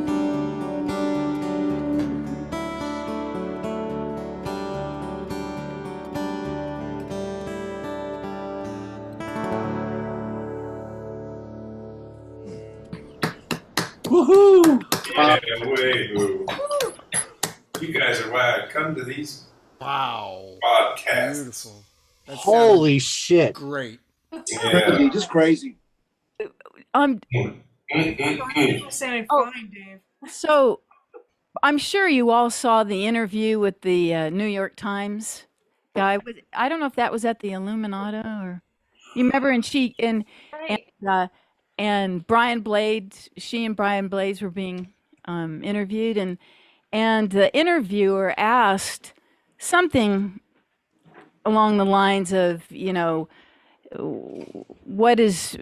what lyric were you most proud of or song? And she said, she said she was very pleased with pawn shops glitter like gold tooth caps. And Ray Decay, they chew the last few dollar off of Beale Street's carcass. Carrion and Mercy. I mean, wow. Carrion and Mercy kills. Yes. I mean, my favorite line is cheap guitar. Cheap guitars, eye shades, and drums aimed at the hot blood of being no one. Eye shades and guns, but what just a fantastically sardonic, cynical thing aimed at the hot blood of being no one. That's such a haunted song, and that version was so haunted. Like, oh, I'm just blown away. I'm done. That was verbal painting at some of her very, very best, highest level, and you guys really did a beautiful job. Yeah. I was eating, but I was listening. All right. So one word I'm just going to put out: gentrification. And number two, Joni's probably at Furry's age now, right? So all these kids coming to her house to play the music. Obviously she's not living on a shanty street, but it's interesting just to put that in a little bit of context. All right. So I have Sue and then Bob. Yeah, I mean, I love that line where he says, she's kind of telling it like it is with Furry too. The sideshow spiel and all that, But there was one song I could really feel, It's like I can see why he kind of got upset about that song, but it's amazing. And Dave, you said your guitar sounded amazing. Drop D works, obviously, and but it is in the same tuning as Edith and Harry's House and Jericho, which are all really great songs too. Yeah, what a bitchy line. It's mostly muttering now. Sideshow spiel, yeah. And I'm sure it was. I mean, that's so accurate. My other favorite line is "Ghosts of the Darktown Society come right up out of the bricks at me." Yeah, that's a common term in New Orleans. In New Orleans, jazz songs is the Darktown Society. Yeah. So Yeah, it's really cool. I've never been to Memphis, but I kind of feel like I have from the painting in that song. yeah. Another, oh, go ahead, Dave. Or at least Beale Street. I like how she's not familiar with W.C. Handy's. I'm not really familiar with what you play, but I get such strong impressions of your heyday. So haunting. Okay, I think we have Bob, then Mark. Well, this is the epitome of one of those songs on this record where, and we've all referenced so many lines on the record. Every line is brilliant, 100%, not a false word, a false image. And I'll just say, David Robin, that was really a brilliant version. I mean, I was moved to tears. Yeah. From the singing and playing of this song, which is incredible. From start to finish. There's not as his favorite lines, but you can keep on reading each line, and every line is just as brilliant. Sue, am I right or am I right? You're right, Bob. And I feel that song is so relevant today of what we do to our elderly and what we do to our neighborhoods and to our history. It's just, I'm feeling something. And I'll just add that I was always curious as to who Joni was, when I first heard the song. And then when I got a bootleg of a 76 show, Joni said, Joni, his neighbor, is there, for his beer. Yeah. So that's, Joni was a next door neighbor of Furry Lewis's. She just wants that beer. Yeah. It's mostly muttering and sideshow spiel. So I'm just, give me a beer. Give me a beer. Mark.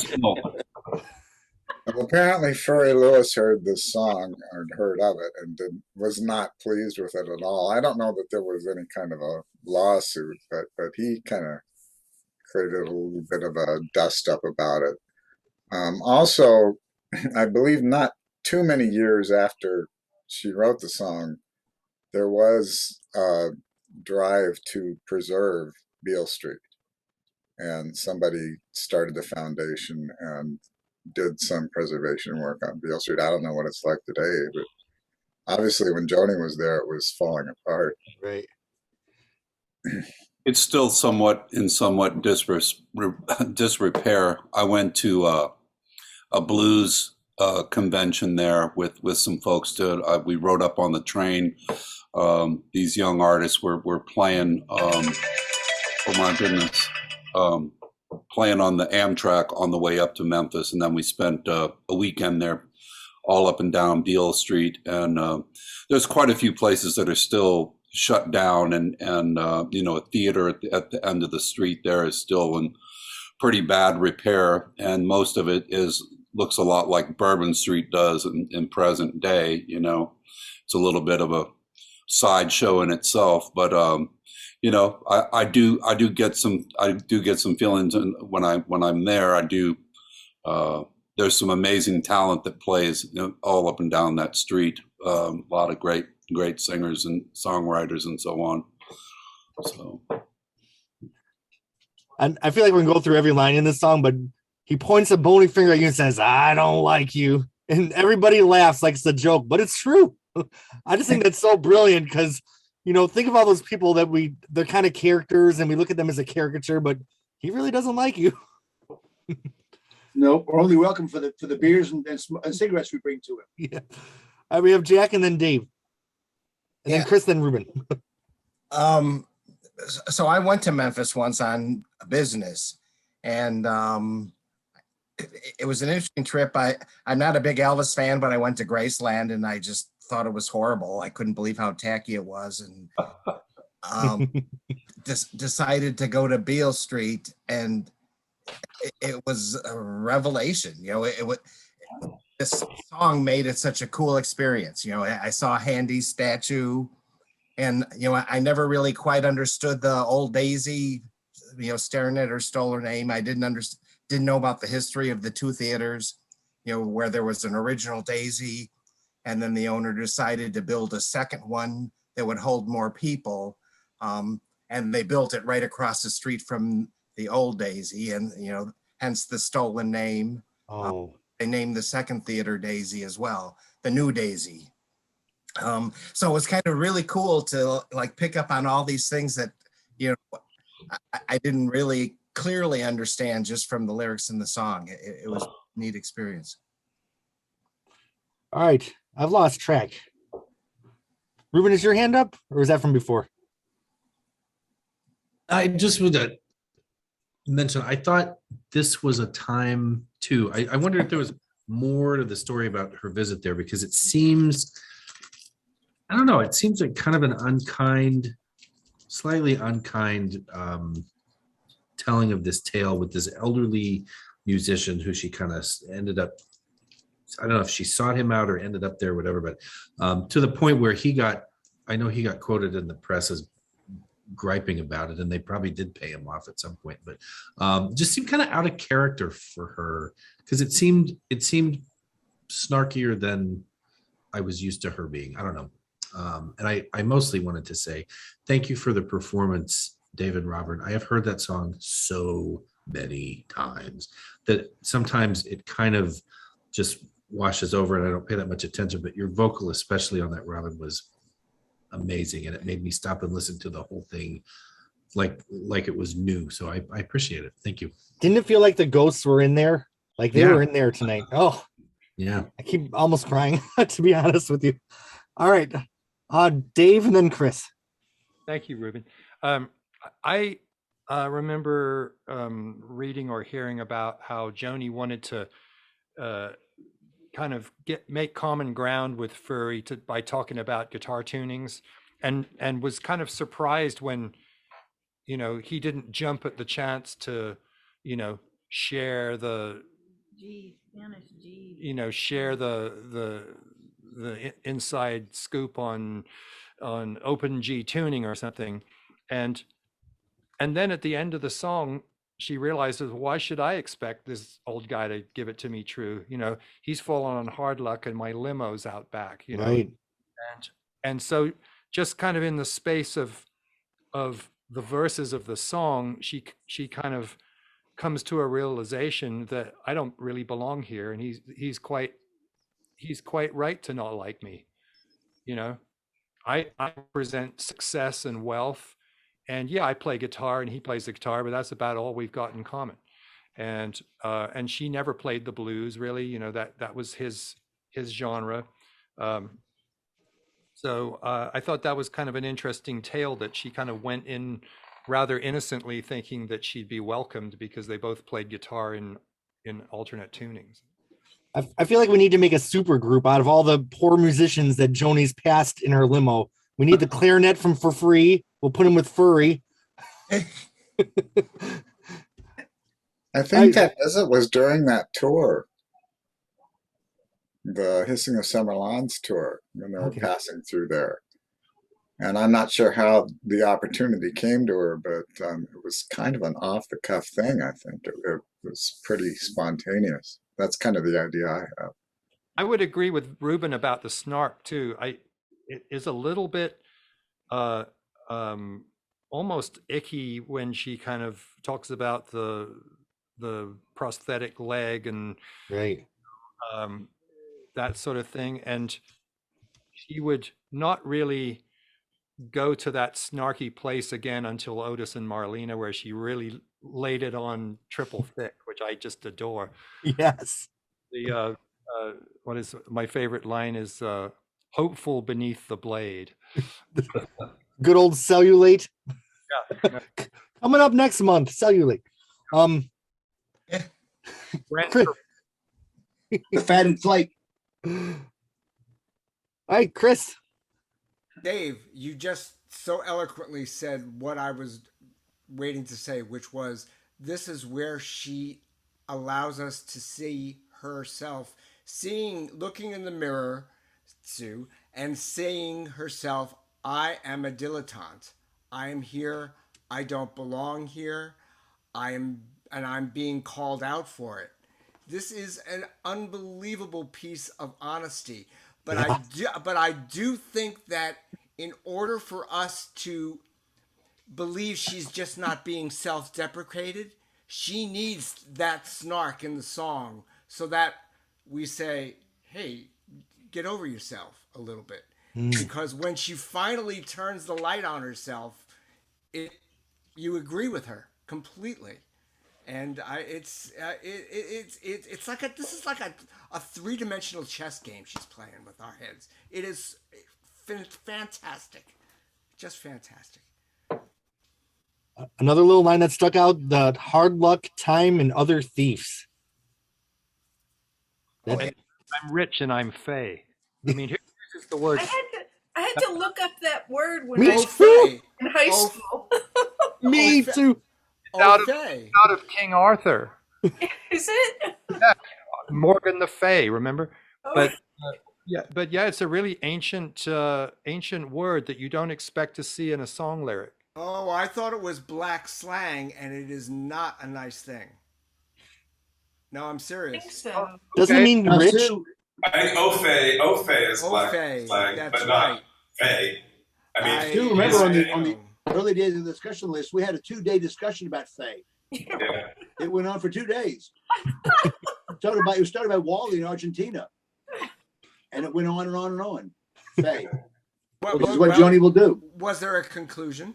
Let's look. Yeah, I mean, it's a definite word. It has a different meaning. It's more like, I mean, I'm Faye. I'm hoity-toity. Hoity-toity, right? Yeah. I don't remember there being a conclusion. Cloche hats are Faye. I think this was part of this discussion was a discussion of cloche hats as the epitome of Faye. So does she look Faye on the album cover? That's pretty Faye. That's a Faye album cover. That's pretty Faye. I could see her reaching for the black slang and calling herself a really ugly word. But I do think that's Ophe. I mean, the black slang is Ophe. I agree, and I agree with that. But I seem to remember that was brought up in that discussion too. I'm just looking it up right now. Fey, it means giving an impression of vague unworldliness. Oh, that's me. Well, that's not the cover. That's not. Check this out, though. But the second definition is having supernatural powers of clairvoyance. Yes. Yeah. But the origin, Old English of Germanic origin, related to Dutch Weg and to German Feige, meaning cowardly. Also, it's got fairy connotations Yeah. too. It's got a lot of supernatural kind of otherworldly. You know, basically, I'm not down to earth like this guy. I'm some and effeminate and lighten your loafers. I mean, that's another kind of thing. You said that. Leave it to her to pick a single syllable word that has 16 different meanings. We could all go on different directions following.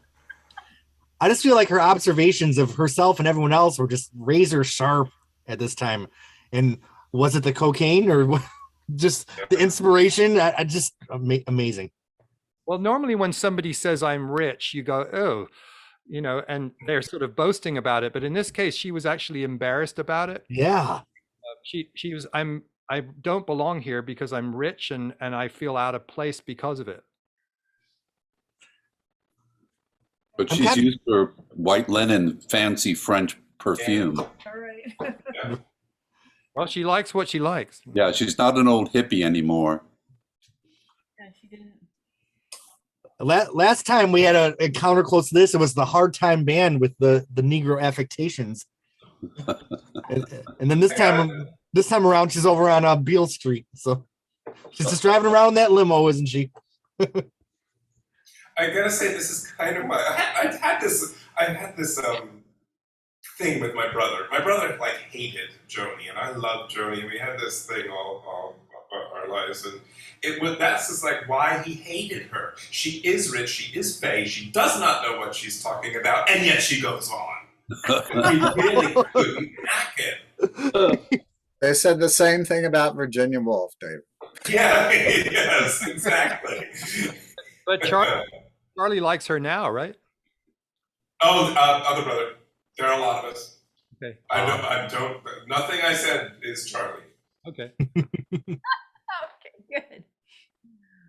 All right. Well, do we have any other thoughts on Furry Sings the Blues before we move on? Oh, Sue. Just one more thing. I like Neil Young's harmonica. On Oh, Yeah, indeed. yes. Yeah. yeah. Good It's old so Neil. good. So, Bob, who dared? Who dared cover Furry Sings Who the Blues? done did it? There were some that dared. Only nine covers of this one.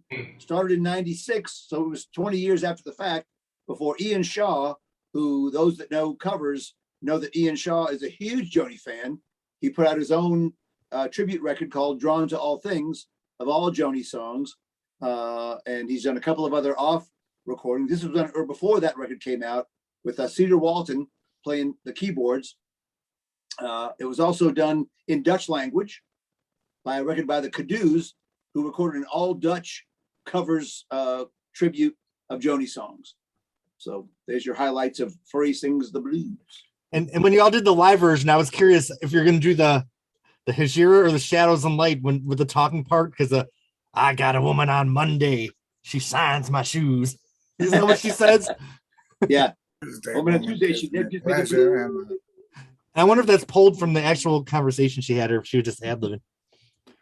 When we performed that song with the band, we got a harmonica player from San Diego that was actually a very good harmonica player, but we kind of asked him to play like an old man playing harmonica who was, losing it a bit, and so we were trying to kind of cop that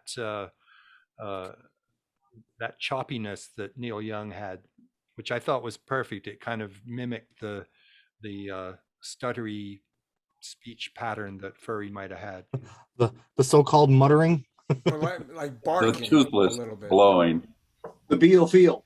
So when did Furry pass away? Does anybody know? 8, wasn't it something like that? It was a long time ago. It was a long time ago. Wasn't he some sort of a janitor or I mean he had another job that he did that was a janitor or something like that. Does anybody know? Sue, about Furry? No, I never heard about that, but Yeah, yeah, it wouldn't surprise me. Like he's playing on Saturday and Sunday night, and then he has to go do his day job. You know? Wow. He died in 81. 1981. 81, September Okay. 14th. It must have been almost comical at this point for Joni to meet people that had never heard of her. Yeah. It was at the height of her fame, and on tour, and had just driven across the country in disguise so that she wouldn't be bugged too much. And then she goes into Memphis, and nobody knows who she is. She must have been kind of either refreshing or weird. I wonder if she had an appointment or if she just showed up. I brought a limo. And you wonder if a little part of her was like, "You don't know who I am." She talks also, I think, about this song, about her habit of talking policemen out of their badges. And I think this too is in part of the interviews with the 70th birthday Illuminata thing. And I don't know, I forget what the connection is between driving to Furry's place and talking a cop out of his badge. But there's something in there. And wasn't this one of the last songs that she sang in public? Indeed. She sang it at Illuminata. yeah. That was so fantastic. It was. I was in the 8th row. Did she actually sing it or kind of speak Well, what It was happened kind of a was spoken word thing. she said before she started it, she said, "I'm going to speak this. I'm not going to sing." She said her voice was gone, right? She starts.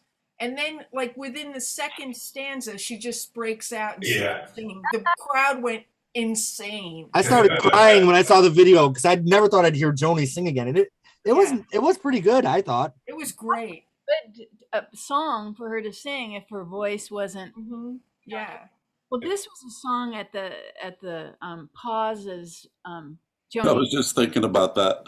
And I got some infection. Oh, I remember that. Yeah. Lost my voice.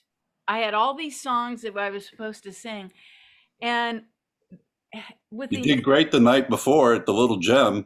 yeah, it was the I got the inspiration from Joni to speak it because I had my voice was really low, Oh, and I just spoke the song, and it actually worked. Yeah, it did very well. The only thing I could do is speak it. Yeah. Well, she spoke the Rain song. So people were kind of expecting her to speak the other songs, but then when she started singing, you know, it was amazing. she was taken by the spirit, that's for sure. Yeah. Oh, I was like weeping through the whole thing. I had tickets to that show.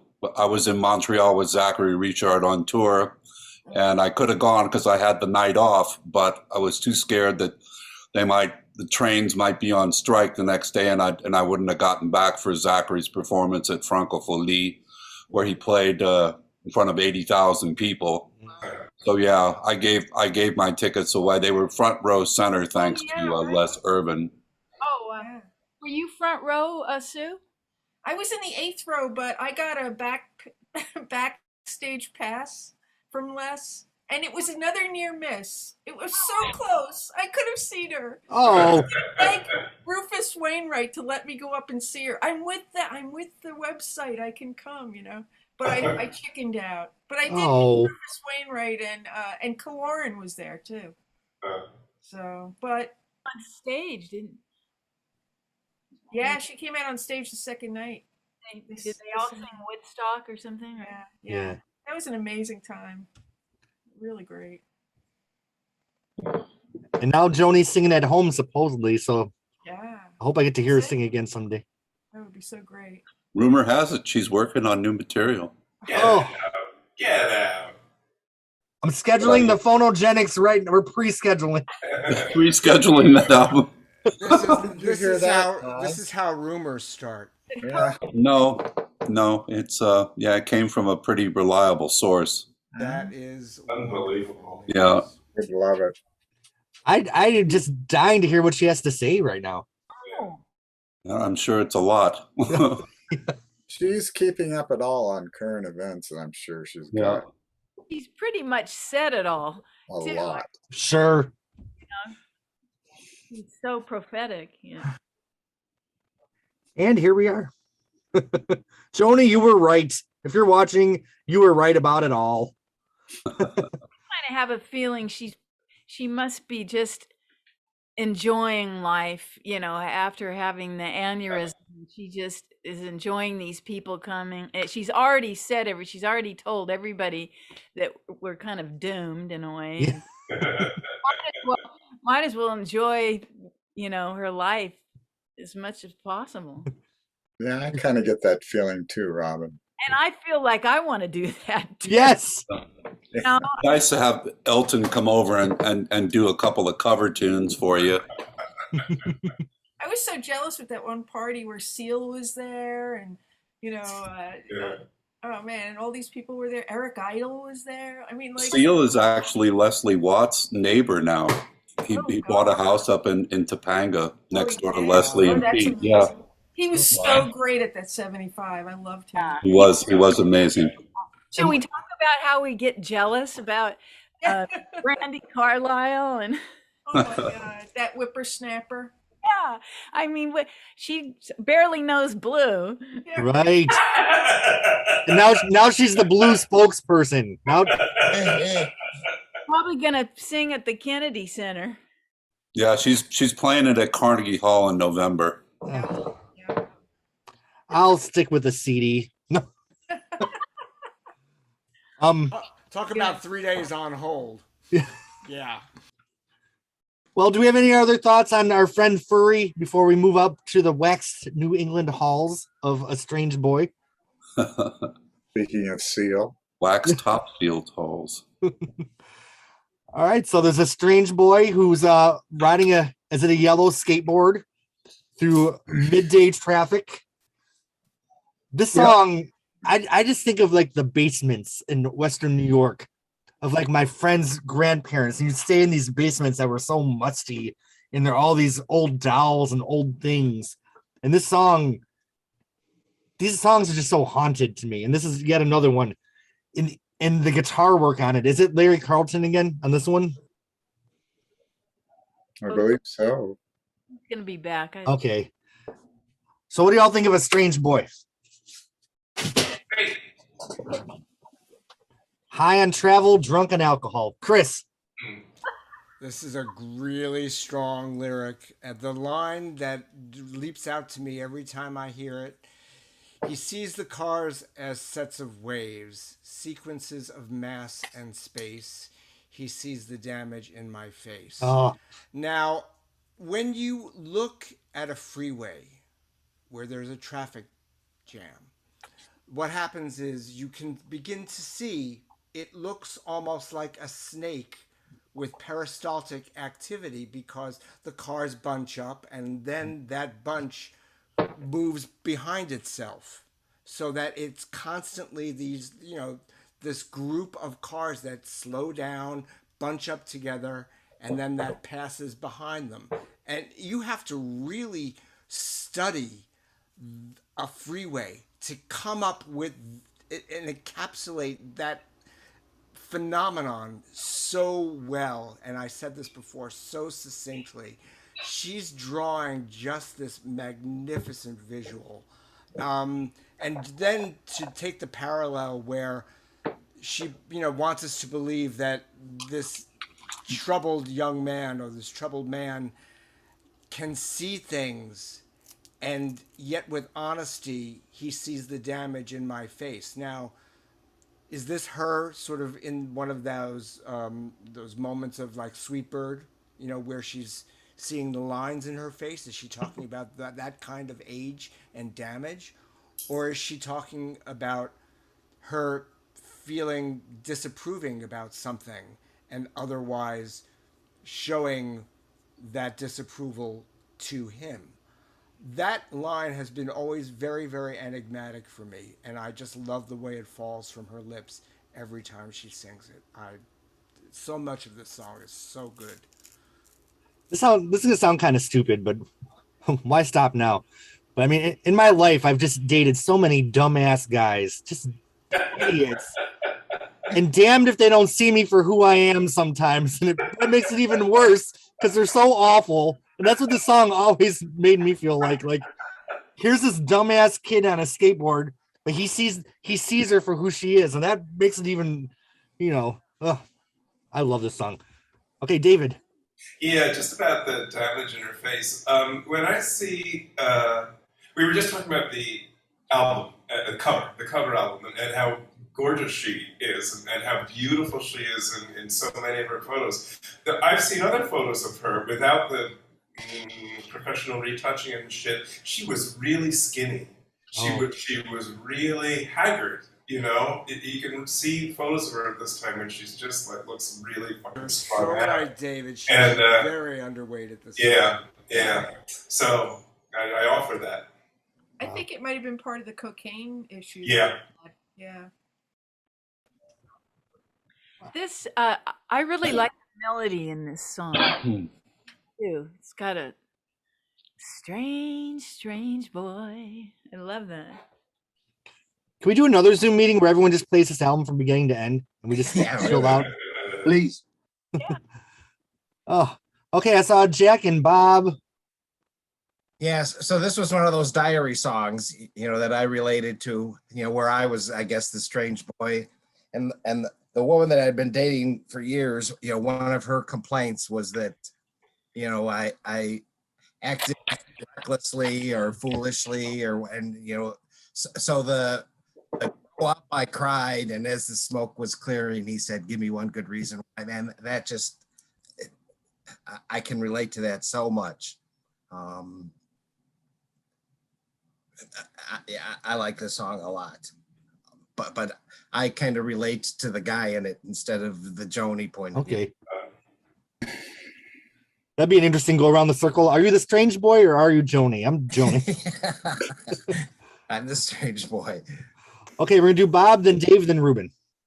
So did anybody besides me ever make mixtapes in the 70s and 80s?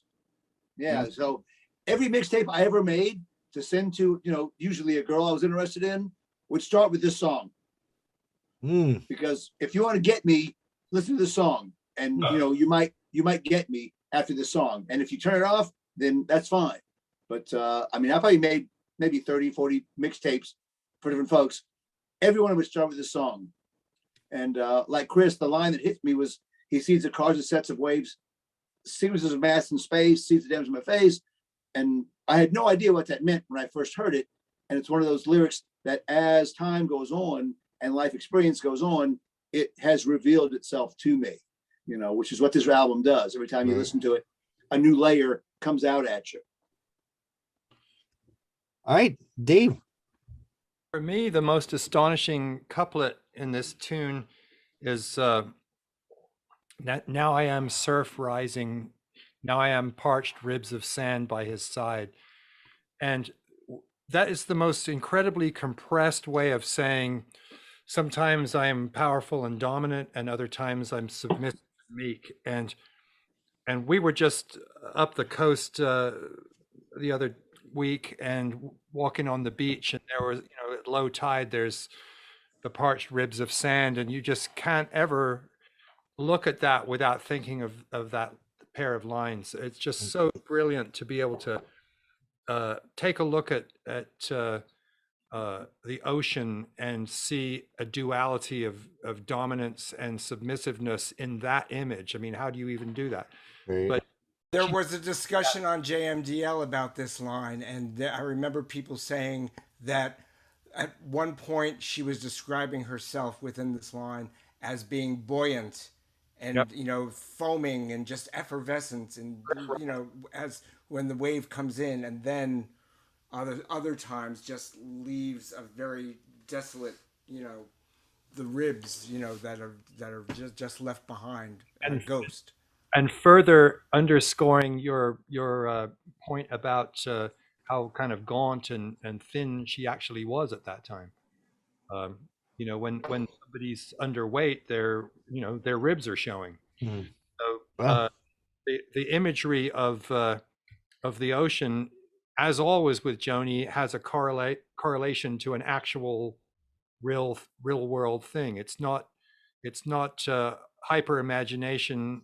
It's always rooted in the real, the concrete. Which in poetry, that's considered a very strong thing. To just spin imagery out of pretty words is not a great skill, but to root it in the concrete image, it is really valued much more. And she's so great at that. She observes something, and then she's able to see it from multiple sides, and then in a line or two encapsulate all of that. That's my favorite verse as well, Dave. The first part of that, we got high on travel and we got drunk on alcohol and on love, the strongest poison and medicine of all. That's just one of my favorite lyrics of all time of hers. Just unbelievable stuff. And that harkens back to A Case of You. Yeah. We got drunk on alcohol and on love, the strongest poison and medicine of all. You're in my blood like holy wine. You're so bitter and so sweet. Oh, I could drink a case of you and still be on my feet. She's talking about love as being something healing or something corrosive. Right, Sue, was your hand up? Well, Paz took the words right out of my mouth. Oh, I'm sorry. That's okay. No, but that line. Joni does it to me all the time.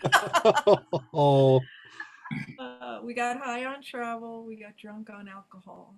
And on love, the strongest poison and medicine of all. It goes back to my life, too, because at the time that I listened to this album, I started dating this guy who was really a bad boy, and it was rough. And then I married him. Now, why does the poison always seem to outweigh the medicine? I don't know. We're just gluttons for punishment, I guess. Yeah.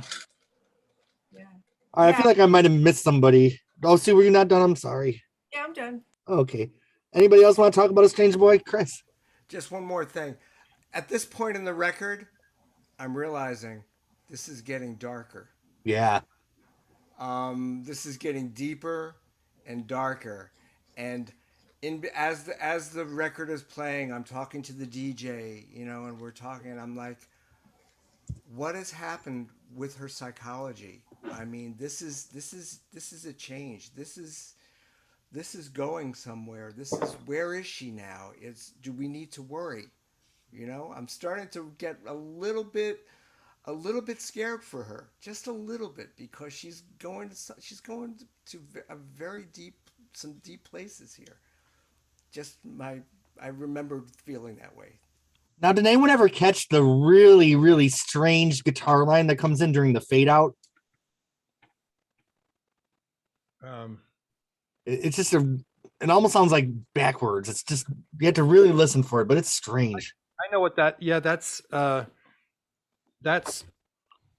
Larry Carlton doing something very, very, very bluesy. He's doing this. Let's see. Yeah. That kind of thing. It's very, very quiet, but I'd never noticed it for years. But it's really, really a bizarre thing. But the whole nature of this song is very bluesy in its construction. It's all pentatonic, and Larry's playing it in a very bluesy way, so it harks a little bit back to "Don't Interrupt the Sorrow" in that way. Mm-hmm. So it's also the only song on the album that is bluesy at all, except I suppose you could say Black Crow a little bit, but mostly this is the song that comes from a very kind of blues place, and Larry immediately does the right thing for that. He was such a tasty player. Oh, yeah. What he adds to the song is just so haunting. Yeah. So, Bob, who dared? Who could possibly touch Glenn this song? answered again. So the first cover was in '96. Only 8 covers of the song. Okay. The first cover was in '96, and I've got this queued up to play. It's by a band called Sister Boy. It was 2 drag queens. Oh, they recorded the song, so I'm hoping this will maybe translate through the speakers.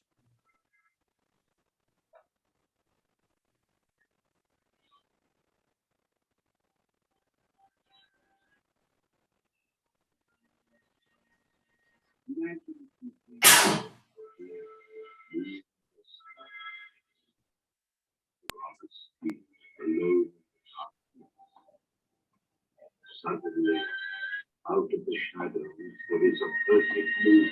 Strange boys waiting for the secret panic on a yellow skateboard.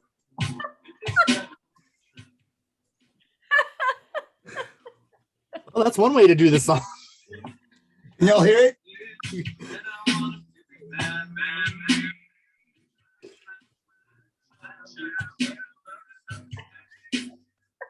That's enough of that. Anyway, it's a strange cover of a great song. Okay. Did you ever see the interview that Aretha Franklin did where they're asking her about younger performers? And they asked her about Taylor Swift. They're like, what do you think Taylor Swift? She says, nice gowns, good gowns. That's how I feel about that cover version, good gowns. But, Seal did this at her 75th birthday party, did a magnificent job with it. Oh. Really, really nailed it. Totally got the song. So yeah, it hadn't been done a lot, but it has been done. And he did poorly it in the and same well. gender too. Oh, Yeah. Well, sure. Great. I feel like Seal gets Joni.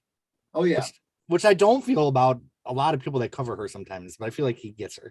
That was a beautiful performance at Joni 75. I felt like he was like riding that skateboard and just cruising through the lyric and the melody of the song. It was beautiful.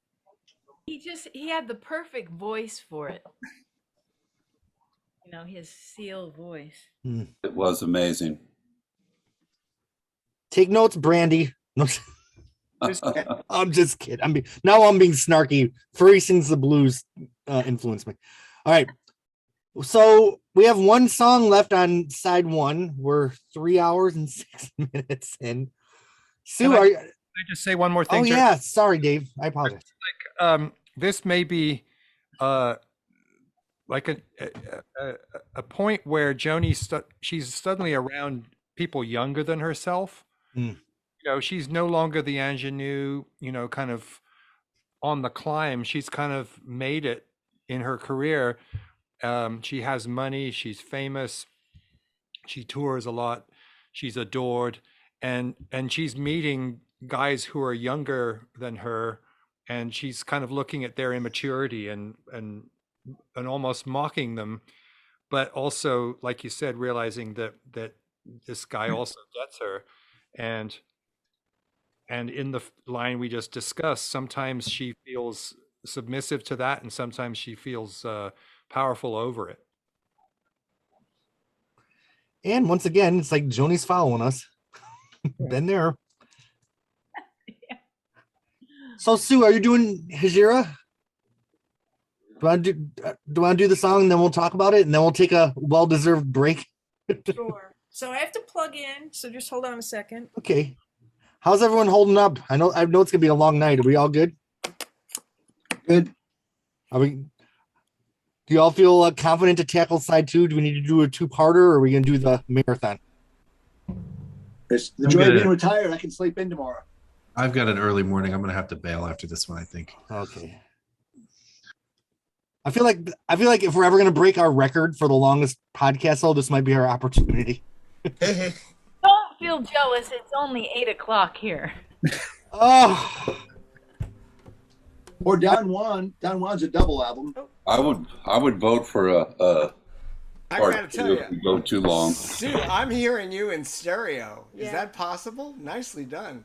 Well, you know, somebody set me up with this great. She's got a good sound guy. I know. Let me tell you. When are you flying to New York, Paz?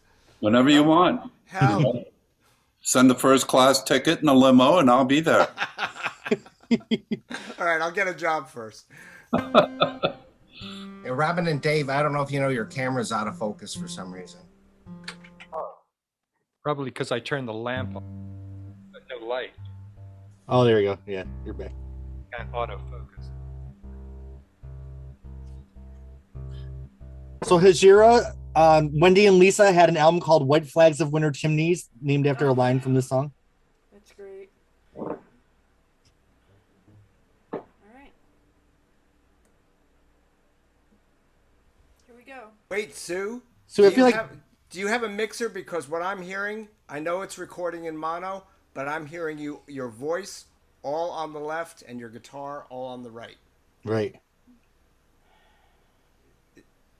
Is there any balance? That would be the interface, actually, Chris. The interface.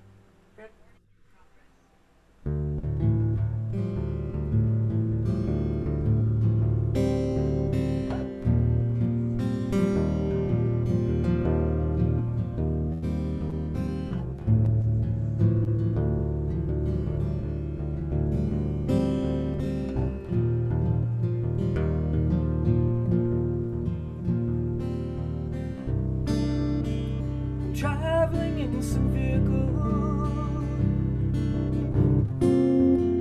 I'm sitting in some cafe. I defected from the petty wars, the shell shock love away.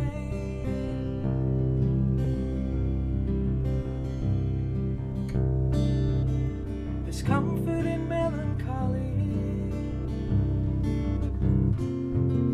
when there's no need to explain. It's just as natural as the weather in this moody sky today. In our possessive coupling, so much could not be expressed. Now I am returning to myself. These things that you and I suppressed, I see something of myself in everyone. just at this moment of the world, as snow gathers like bolts of lace, waltzing on a bridal girl.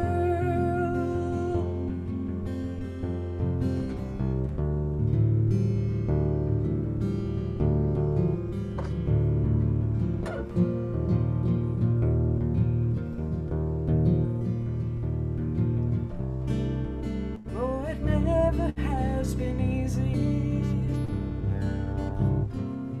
whether you do or you do not resign, whether you travel the breadth of extremity, stick to some straight line.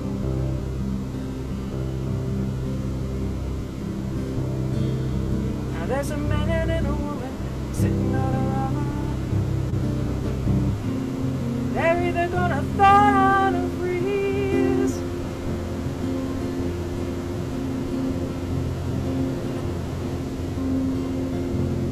Strains of Tony Bennett coming through the snow and the pinewood trees.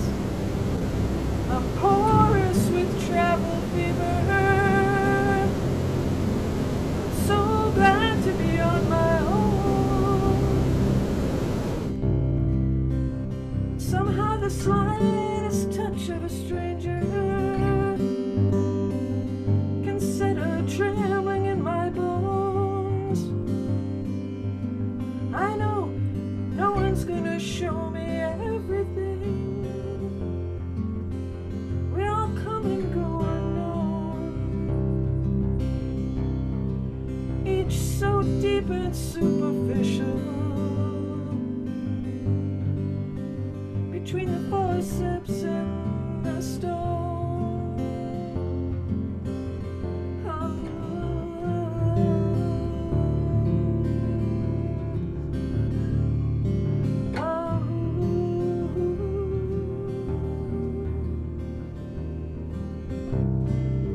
Well, I looked at the granite markers, those tributes to finality and to eternity. And I looked at myself here, chicken scratching for my immortality.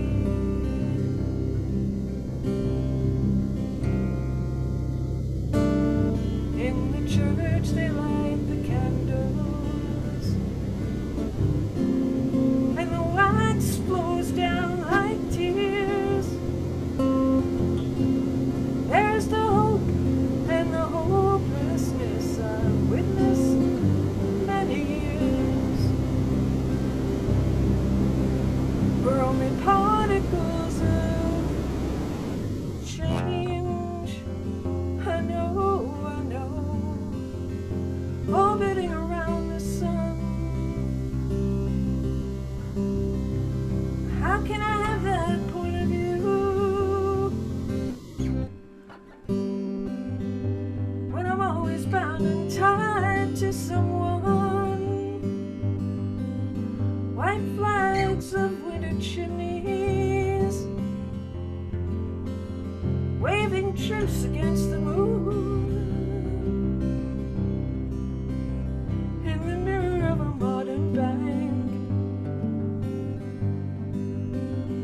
through the window of my hotel room.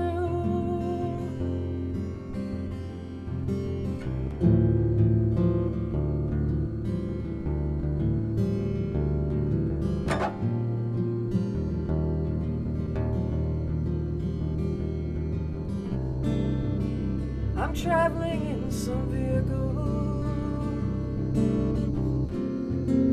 I'm sitting in some cafe, a defector from the petty wars, until love sucks me back that way.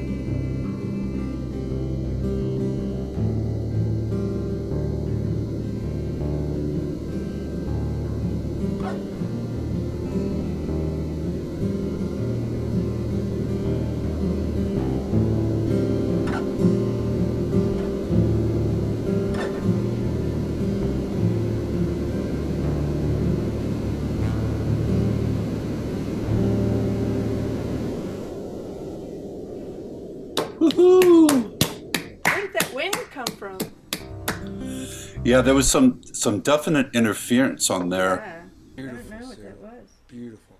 Consider it the winter wind Yeah. of the That's what it was. It was a snowstorm outside. Yeah. beautiful as always. Hey, do y'all want to take like a 5-minute break before we start talking about this one? Yeah, that'd be awesome. All right. All right, we're back and we are doing something new that we've never done on Phonogenics before. We're splitting it up into 2 parts because otherwise we'll be here till like 3 a.m. And we want to be, this album deserves our freshness and attention. But I just want my Phonogenics watchers to know that I did buy my Winn-Dixie cold cuts as heard in Refuge of the Roads. So when I put my camera on stop video, I'll be enjoying those. So the song Hejira, I mean, how do you even start talking about such a beautiful song? Anybody dare? Okay, Bob, take it away. It is, in my opinion, the best song ever written by anybody at any time, at any point in history. Hands down. Try to touch this song, you won't do it. Don't hold back, Bob. Yeah, are you sure? It's a Tell us how you really feel. It's my favorite song on any album from anybody ever in the history of the world. Damn. It goes all the way back to Marco Polo and Cro-Magnon Man. You and Meryl Streep. I mean, it's like Robin alluded to earlier. You know, it tracks life from start to finish. You know, the breadth and the width of life. From the four steps to the stone, right? Yeah, indeed. Indeed. It is just so brilliant. And this is one of those songs, the first time I heard it, I knew a little bit of what they were saying, but I didn't know a lot about it. When I was 19 and you hear there's a man and a woman sitting on a rock that gave the thought or freeze, I had no idea what that meant until later in life. You know, as life experience unfolds, okay, I totally understand what unthaw or freeze means now. You know, I didn't know then because I'm 19 years old. And so, yeah.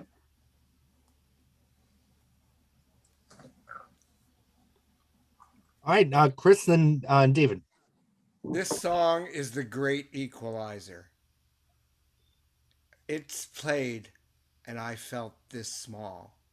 I mean, just in the smallest speck in the universe, I felt like the time-space continuum that she drew all around me had swallowed me whole.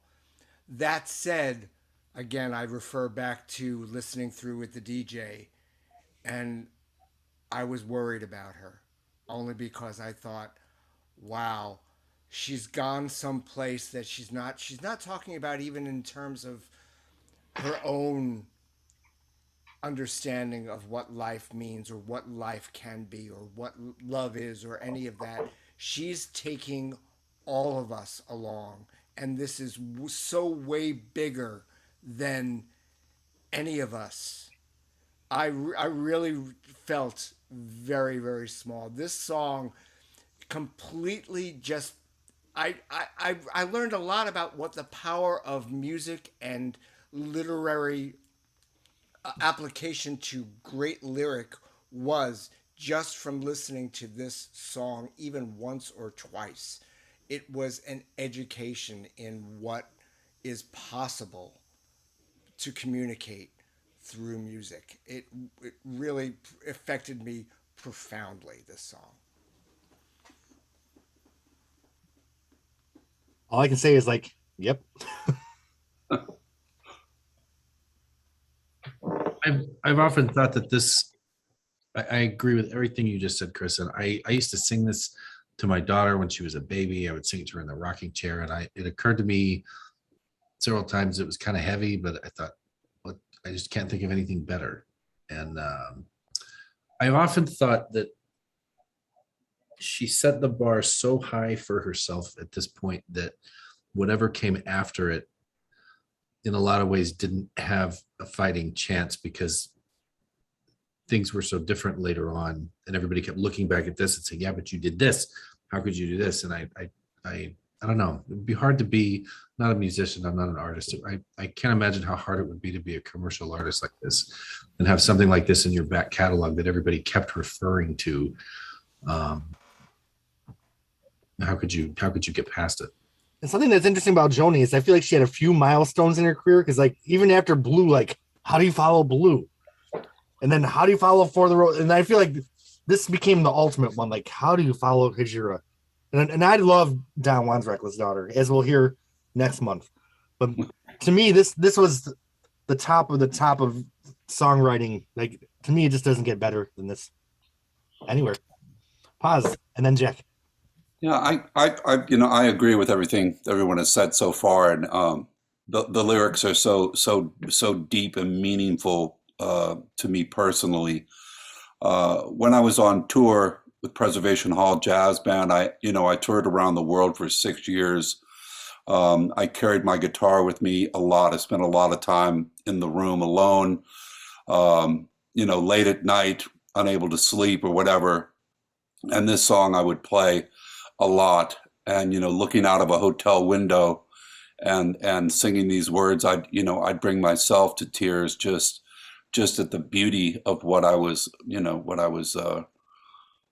singing and playing. And her music does that to me on a frequent basis, and I can just be riding down the street and hear this song come on, and it is one that just really is so powerful that it can draw up so much emotion from within, from my own personal life, as well as just thinking about Joni herself and her journey through this life. And God, to be a fly on the wall at some of those listening parties at her house with all those people playing her music and doing covers of other people. Yeah, when they do the Hejira album, I definitely want to be there. Yeah. I think I'm sorry. Oh, go ahead.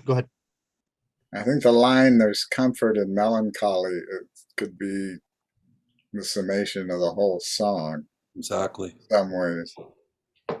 Every line in that song is brilliant. It's, "In the church they light the candles and the wax rolls down like tears. There's the hope, the light of the candle, and the hopelessness, the tears running down the candle." That I have to admit, that took me years to finally get that. And when I did, I went, "Oh, fuck. Oh my God." I was just like blown away by it. I mean, it's exquisite. And see, when I listened to the album yesterday, I never understood forceps in the stone. Like, oh shit, she means gravestone. Like it just went over my head till yesterday. And I feel like, many of us may have moments with the song where we get it. She does continue the thought for the next line, and so I looked at those granite markers. Sure. That's one of the super compressed lines, like the parched ribs of sand line, where she's just compressed a lifetime into one line. And me being a dumbass, I always thought the granite markers were like in a parking lot because she's driving down the highway. So, yes, that's the great thing about music is, and Joni. Okay, Bob. So Joni talks about her chords of inquiry. And to me, this song, these chords that she plays to open the song, these are her chords of inquiry. This is what she's talking about, that chord progression. I mean, when I first heard it, I had never heard anything like this before in my life. Never anything like it before. Right. And the lyrics, I halfway understood them. I halfway did it. I knew the song was important. I knew I would listen to it again and again and again, and it would reveal itself to me over time. But those chords were just amazing to me. It's a very simple song harmonically. Apart from the intro, it's pretty much of a 1-4-5 progression. Her chord progressions on For the Roses and Court and Spark were far more intricate and hissing than this particular tune, or actually Hejira in general. What you get on Hejira is not complexity, but you get lushness, and that's partly the sonics of how she layered things. But the tunings that she had found were really unique to her. They weren't tunings that anyone had used before. So you really got this freshness, but there wasn't the density of ideas harmonically that we got on prior records. There was a lot of density lyrically, but harmonically these tunes were not particularly complex, with the exception of Refuge of the Roads, maybe. This particular song, though, Dave, has just the most perfect soundscape I think I could imagine it having. Just to portray the lyrics so perfectly. I wanted to ask you a little bit about it because I know that she choruses her guitars, and there's obviously, there's chorusing at work for the guitar, but there's also some kind of a tape delay. I hear her guitar bouncing from side to side, echoing itself. Yeah, actually, what is that's that? electronic. The chorus was only invented in, it was invented in 1975, and it might have been at A&M by 76 as an electronic effect. But what chorus emulates is the sound of double tracking. No, I get it, and that's not what I'm talking about. I'm not talking about the sound of a guitar playing along with itself. I'm talking about almost like there's a tape delay. It goes boom, ba-dum, ba-da-da, boom, ba-dum, ba-da-da, boom, ba-dum. Yeah, well, that's not tape delay. That's just she just had picking patterns that would follow on from another track, and because they're in stereo, it sounds like they're moving across the spectrum. But on this song, she had, I think, the most instruments of any on the album. She had two electrics, an electric on each left and right, and then an acoustic up the middle.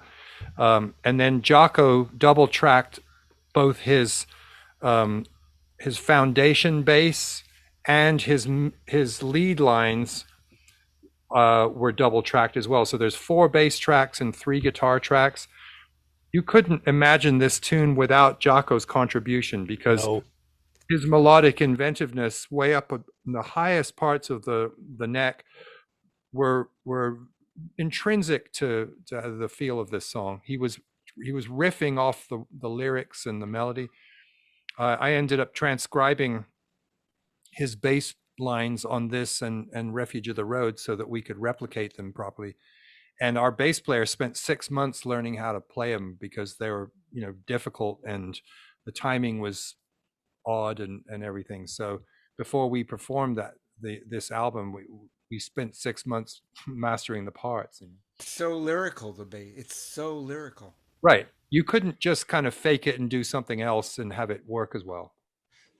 Dave, my mind is blown because for some reason I never noticed the acoustic guitar. Is she just playing the same thing on the acoustic that she's doing on the electric, but it's panned in the center? It's not mixed up very loud, but it's just part of the texture. Okay. Wow. So what I think of as the liquid sound of this album was created through triple tracking or double tracking. And she didn't try to she said in an interview, I didn't try to match my parts closely. I tried to loosely double track. Mm-hmm. So there's a deliberate kind of raggedness in the double tracking, so that you get this incredible thickness and these happy accidents where a picking line would get carried on by one of the other parts. So I love that, and I've done that trick myself many times since, just not worrying too much about perfect double tracking, just kind of hope that there's some happy accidents where a lick carries onto the other part. But anyway, so she went to Roland. I don't know if you know this, Jeremy, but when she toured this album, she talked to Fred Wallach, our guitar tech. Said, can you talk to Roland or an amp company and have them make me an amp that sounds like double track guitars? Oh. And so Fred Wallach talked to Roland. There it is. And they invented the Jazz Chorus 120 amp for Joni Mitchell. Oh, wow. That she could play Hejira, or a simulation of double tracked guitars. And you'll notice, just hold on, Chris, show the speakers again.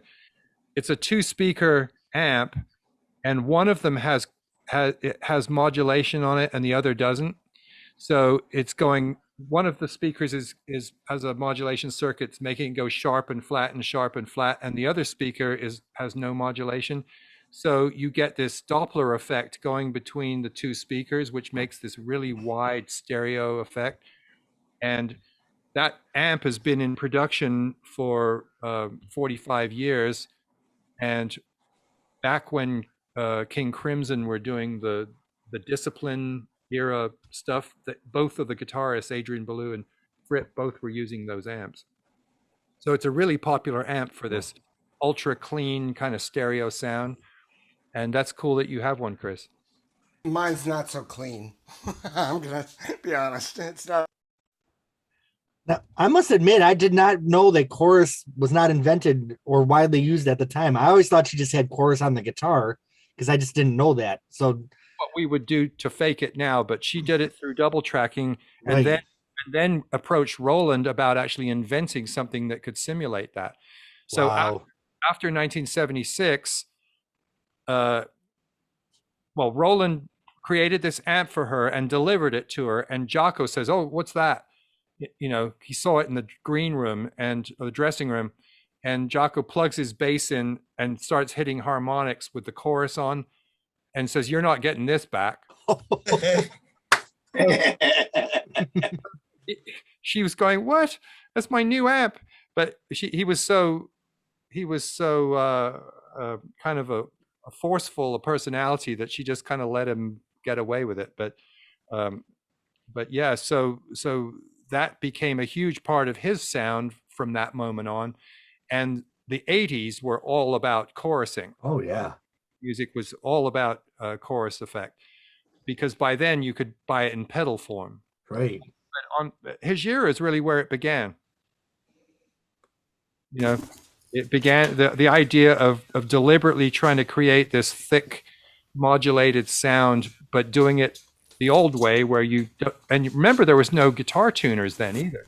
Right. The very first digital tuner was created by Peterson in '77, and it was this huge thing that Frank Zappa had. It was like this big old box that had a strobe on it, and it cost $2,000 to be able to tune your guitar electronically. So everybody tuned their guitars by ear back then. So you naturally got great chorusing when you played along with another guitar player, because you weren't tuning with your eyes. You're just tuning as best your ear could tell. That sounds good. And so you got pretty interesting guitar tones from people tuning by ear back then rather than tuning electronically. Just as click tracks made music very rigid timing wise, tuners made them very rigid pitch wise. Mm-hmm. All right, Jack. Yeah, I want to talk about how cinematic the lyrics are.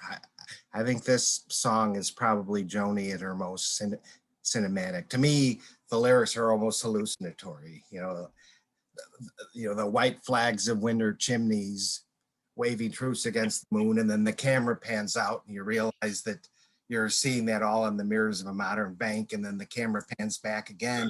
Now you realize you're in a hotel room looking out a window.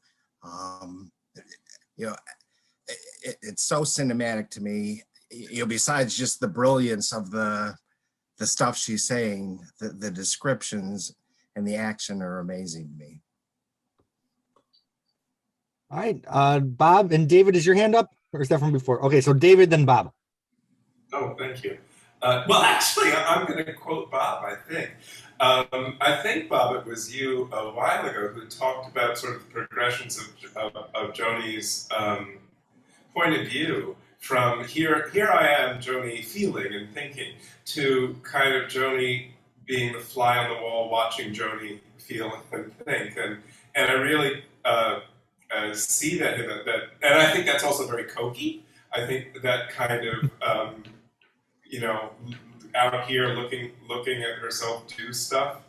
And I also really want to talk about that line, white flags of winter chimneys waving truce against the moon from the mirrors of the modern bank, from the window of my hotel room. because she often ends songs on, I don't know, you know. So it's another end to the song. It says, I don't know. But it is so beautifully fractured and, you know, I can't think of another word than fractured, but fractured and mirrored and prismatic. And that's really one of my favorite lines ever. I just think that's a genius line there. All right, Bob, then Chris. So all I'll say is those of us that are Joni bootleg junkies and have hundreds of her live shows on tapes or CDs or whatever, this song is a touchstone song for her. She's ever since she wrote it and recorded it, it's been in almost every concert tour she's played. And when she gets to the Benny Goodman line, she'll change the artist name. Oh yeah, it's been lots of different names. Michael Brecker, right? When he passed, All Blue Eyes, Miles Davis, whatnot. And when she sings the name, she loses track of where she is in the song.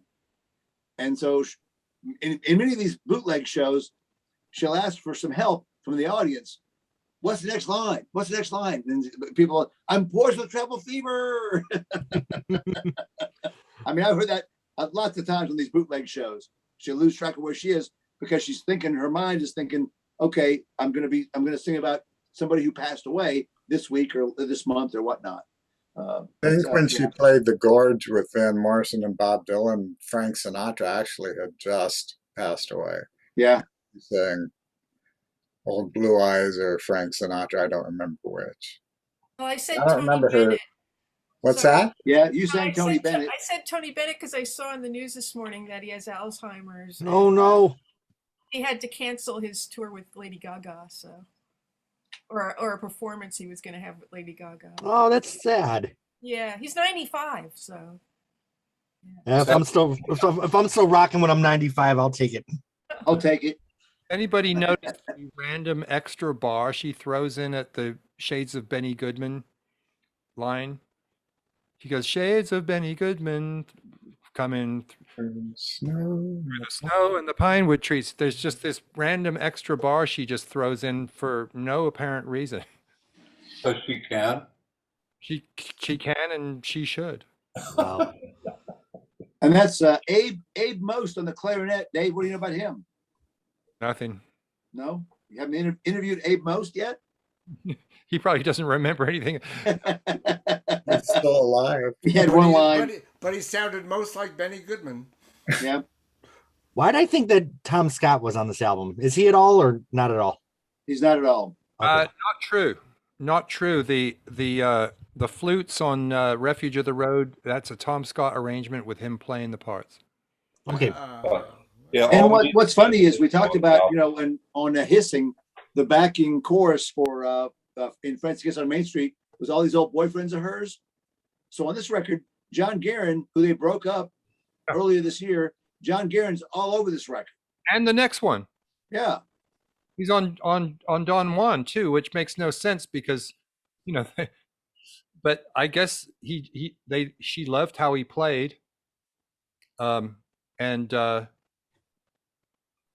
that was a fun thing talking to Steve Katz about that recording the drums. Well, anyway, that's a comment for the Don Juan podcast. Oh, you tease, but that's okay. We'll wait. Well, in Paprika Plains where the huge drum fill going into A thunderclap, you bet, baby. Well, John Guerin was so thrilled with the drum sound that they got that when he came in the following week and to record some more stuff, he said, well, let's get that sound again. And they were never able to get it again. They set up the same way. They used the same mics. They were never able to get that sound again. I remember the first time I heard that song when that came in, you're just like, holy shit. I didn't think woofers could move that way before I heard that. Or that was In the Air Tonight, drum fill, there was that one. That was digital though. I don't know. No, it wasn't. Oh no, I know it was actual. It was a live drum set, but it was still a digital recording. No, it wasn't. Digital 1980. No? No. Really, it was that old? I thought it was later. I thought it was later than that. Wow. You pageant, baby. So guys, this lyrically though, this song bookends like intensely. She basically talks about, in our possessive coupling, so much could not be expressed. She's talking about, and she winds up at the end sort of recalling that sort of same idea. Until love sucks me back that way. Right. Disappearing when in love. Just ceasing to exist. This is such an existential song, but the fact that she sort of begins to tell us and talk about what it is to hide in plain sight when you're in love, to subjugate yourself to your lover, to become somebody you may not really be. And, let's face it, not only did she have many lovers, yes, she also had many breakups that she chose. And this is a little window into some of that psychology. So I am all over this with the DJ while we're listening to this album, and we're talking about these lyrics and how the song ends with not love pulls me back, not love draws me back, love sucks me back. I mean, I think she really is, not enjoying what love does to her. Maybe what she loves is what love does for her, but she doesn't love what love does to her. Been sitting with that one for like decades, so guys, bear with me. Thanks, Jeremy, for giving me the opportunity to put that one out there. Oh, now Bob, I noticed your hand was up, and then Bob, I want to ask you something after you talk. Okay, just a couple of quick comments. Anytime, of course, I'm 63 years old, so anytime somebody asks me if I'm a veteran, I say I'm a veteran of the petty wars that shell shock love away, and I get a blank stare back from them, which is fine with me. And the other thing is the line where she says, I'm bound and tied to someone. From the first time I listened to this album, I always sing, I'm bound and gagged by someone. I'm not saying I'm a better writer than Joni. Oh, hell no. But I always heard I'm bound and gagged, instead of bound and tied, which bound and tied are the same thing. Bound and gagged are different things. In our hissing discussion, someone left a comment how Morrissey had rewritten some of the lyrics from, maybe it was Boho Dance, was it, or something? And I will also say that when Sue sang the song, she changed Ballroom Girl to Bridal Girl, which every single time Joni performed the song after the record, she sang Bridal Girl and not Ballroom Girl. So I still always right wondered why that. I always wondered why that rhyme wasn't Bridal Veil. Yeah, because only because the snow gathers like bolts of lace, waltzing on a bridal veil.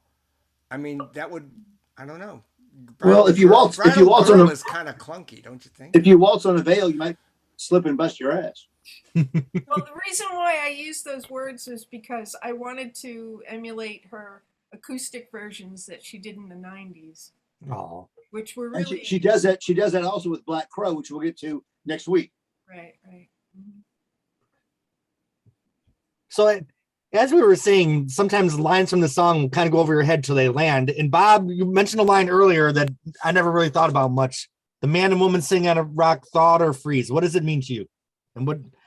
I mean, it means that you're in a relationship and you reach a point where, okay, either we're going to end this or we're going to move forward. You know? I mean, David agrees with me, so I must be right. I never made it that far in a relationship, so that's why I didn't get that line. Okay, moving on. Let's keep moving. You could fall out next time. Oh, fall sure. out rather than freeze. Let's just move on. Okay, that's why I didn't get that. Communications have broken down, and there's got to be a change. Right. That's beautiful. A beautiful line. All right. Does anyone else want to talk about Hejira? I always loved the way the repeating guitar figure at the beginning of each verse kind of sets a tempo of, again, traveling by car. To me, I can feel the wheels and see the lines on the highway slipping away as you go by. Agree, Mark. Every This time is I a hear that. very, very, very, very. Um, uh, there's a lot of movement in this song. It is full out. I'm traveling in some vehicle. And we're so far from the traveling and All I Want in Blue. Yes. I mean, we're just how long was it between those two albums? Someone said 5 years. 5 years. Yes. 5 years This slash one a was lifetime. 5 years old this year. And then 2 years after this, she'd be doing Mingus with Herbie Hancock. Right. I mean, talk about stratospheric Growth. growth. I mean, in one decade, she went from a solo acoustic sort of semi-folk artist into becoming a bona fide jazz artist that was respected in jazz circles with, heavyweight people. So to put in perspective, did she open the decade with Morning Morgantown and end it with Goodbye Pork Pie Head? More or less, or ended it with Pat Metheny and Shadows and Light. Yeah. She Wow. opened it with like artistry and I Had a King. Jaco Pastorius was he was the window. He started using him. He would say, well, let me make a call. And then he would bring in Wayne, Peter Erskine, all the Weather Report percussionists, Herbie Hancock. All of those people were a direct result of her initially calling Jaco, and Jaco knew all of those people because completely different sphere of artists than Joni knew. Right. And he was the one that could vouch for her and say, I don't know, you may think of her as a folk singer, but she's fantastic. And Herbie Hancock himself said, I'd never heard of Joni Mitchell. I mean, I never paid any attention to lyrics. I'm a jazz musician. And when Jaco called me to come down and play on the Mingus sessions, I was happy to do it because he was on the session. Right. He wasn't happy to do it because it was her album. So all of these people became lifelong fans of Joni Mitchell, but it was all because of Jaco initially vouching for her. Now, do you remember in the 90s when like the Lilith Fair thing was happening and Joni was being a little bit prickly, how they were being compared to her? And I will say none of the 90s girls did anything even close to Hejira. Like just and Joni, once again, Joni was right. No one has. I mean, No. who has? Nobody ever has. Well, Joni hasn't either. Yeah, That's true. yeah. It's a bell curve where the top of the curve is Hejira. Hejira. And I definitely wouldn't say it's downhill from here, but it's definitely we're moving into different territory. You could probably put together a collection of work from the rest of her career that's as good as this one assembly. It might take you a little while, but she still got it. She still has it. This was really a concentrated focus. This was a zeitgeist. This was lightning. Yeah. This moment, and thank God it found her. I mean, she made the most of it. She absolutely did. With regard to Jaco, though, bringing Herbie Hancock on board for Mingus, I still have to think that you get a phone call from anybody saying, "Hey, look, you want to be part of Charles Mingus Epitaph?" Yeah, I think Herbie Hancock's going to take that phone call. I mean, so True, but Joni Mitchell herself was not the lure. Who brought Wayne to the table? Jaco. I mean, what the lineup of Weather Report that year was: Alex Acuna, Jaco, Wayne Shorter, Zawinul. and Joe Zawinul and Manolo Badrena. Those are the players on Heavy Weather, which came out in '76. Joni got by her next album, she had all of those musicians except for Zawinul, and she invited him. But he famously said, "We ain't no fucking LA Express." But Acuna, Badrena, Jocko, and Wayne all on her next album. Plus Don Elias and Chaka Khan and other people. But she basically wanted to have Weather Report as her band, and they all were into it except for Zawinul, who was kind of talk about prickly. Was Peter Erskine from? Well, he joined Weather Report in '78. So yeah, by the time she did Mingus, then he was the drummer in Weather Report. So she would love to have had him too for Mingus, because he had worked with Miles, and anybody who ever worked with Miles was, Well, Peter Erskine is just fabulous, and I've met him a few times. He's just a sweet guy and incredibly easy to work with, and no vibe. So she heard him in between session take messing around on this groove, and she said, "That's the sound that's the feel I've been looking for Dry Cleaner. Do that." Ooh. And so once she heard that beat with that roll and bounce, it became the feel she was looking for Dry Cleaner. He gave a friend of mine a pair of drumsticks of his, because he was on the production team at the Rosie taping when the whole orchestra came through, and he was part of that orchestra, and my friend said, "Hey, I'm a drummer," and he said, "Hey, here," and he handed him a pair of sticks. Very cool guy. Well, and I forgot to mention Matheny was an old friend of Jocko's from '76, and so by the time that Shadows and Light came around, and she called Pat Metheny, whose own career was huge. Right.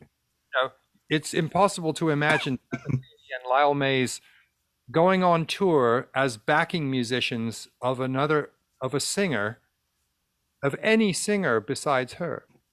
And they wouldn't have done it if it hadn't been Jocko in the band and Michael Brecker. I mean, these were all the best of the best. So he really had to step up on that tour and be as good as she possibly could be, because her band was world class, and she wasn't carrying the music. They could carry the music, but she had to certainly not be the weakest link. I was there. She did it. It was a fabulous tour. That was a great Oh tour. my God. Oh. I did set aside a whole month for Shadows and Light. I love that album, and I think it deserves a discussion. Nice. We spend a day on Pat solo. Yeah. You know, we'll mention Miles of Isles for like 3 minutes at the beginning, just so it can be in there somewhere. By the I way, don't hate on Miles of Isles. I actually like Miles of Isles. I do too. At least once a year. You're not alone. I'm not saying I'm in that group, but you're not alone. Pat was a young Pat is only 67 now. I think his birthday was this week. So Joni was a full 10 years older than him. So she may not have even known that much about his music when she brought him on. I saw him in Ithaca a couple of years ago. He was fantastic. Yeah, it was probably Jocko's idea to have to persuade Pat and Lyle to do the tour. I watched that concert so many times in my life. Yeah, I saw that from the 9th row in Red Rocks. Wow. And it's like undescribable, you know. She was in this yellow sundress, like a chiffon dress, and the breeze was blowing, and her hair was it was just like a fanboy's dream. Yeah, man. Wow. All right. So do we have any other thoughts on the song Hejira before we Sue? You're muted. Sue, you're muted. Yeah, I got it. Okay.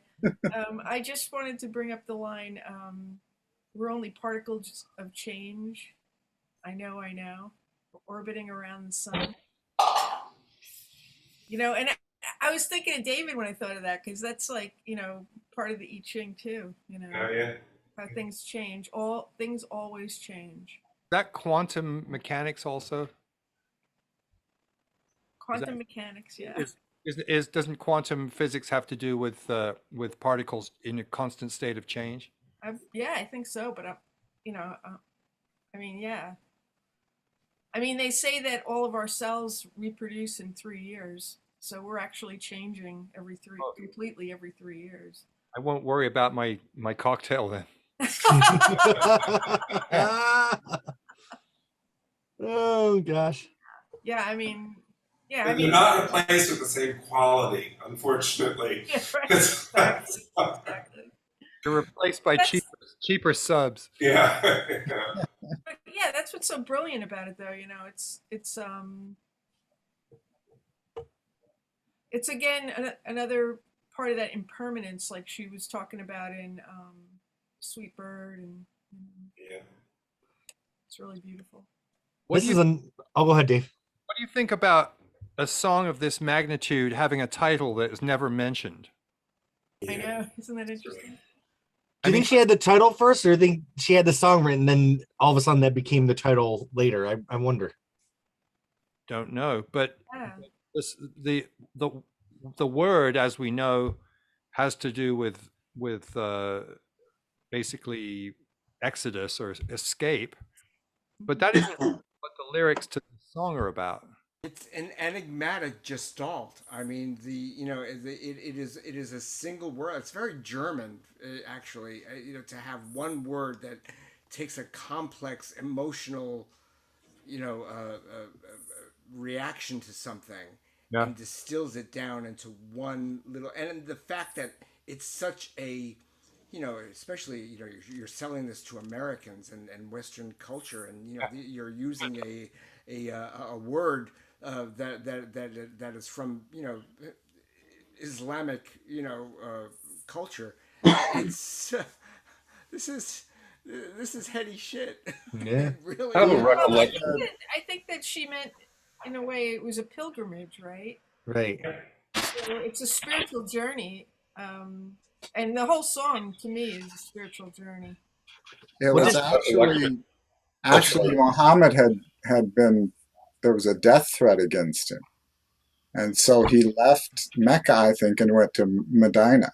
And it was running away with honor. Running away with honor. Is That's the what way is she What I was what just gonna she say. said during the press A retreat, originally. a retreat with honor. Right. Yeah. Okay, what do you think of this? Given we haven't talked about Refuge of the Roads yet, but that's exactly what that song is about.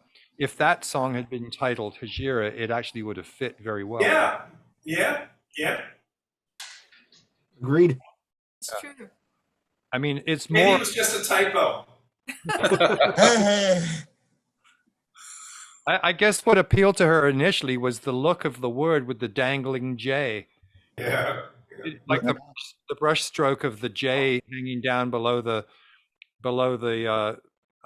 baseline was appealed to her eye. I still go back to that idea of her running away from love, because it took away from her what she didn't want to give up. Yeah. Freedom. That's in some way. I think she's she's deliberate about that stuff. But I see your point about Refuge of the Roads. Right. Kind of. Yeah. It would have been. It actually would have been a little bit. Less. What's the word I want to say? Obvious. You know what I mean? So as good as that song is. What could the song have been called if it wasn't the title track? Could this have been Refuge of the Roads? Just flip the titles. I'm gonna lay in bed and think about this. Joni. Of course, once it's done, you can't imagine it any other way. But if you take into account what the lyric is about and the you could actually flip those titles and it would have worked fine. Yeah, no. We haven't really talked about the Trung Pa thing. Did that only have bearing on the Refuge song, or did all the songs on this album, or some of them, have influence from that meeting? I think it was Refuge only.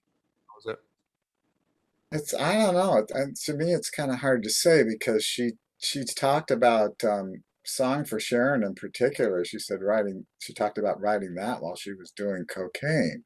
Yeah. And the whole That's why it's got 12 meeting, verses. and I don't know how to say it. I'm not going to even attempt it. The meeting with him was about that, and that he somehow gave her whatever it was that gave her the strength or whatever to stop using cocaine. And so I think it's kind of hard to say which songs. Simplified. I'm sorry, what? Mirrored Me Back Simplified. Yeah. Seems to me Coyote definitely. I mean, that was on the Last Waltz tour, so that was written before she ever made this journey.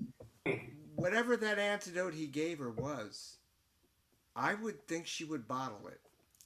Wouldn't you? But this is for next week, you guys. You bet.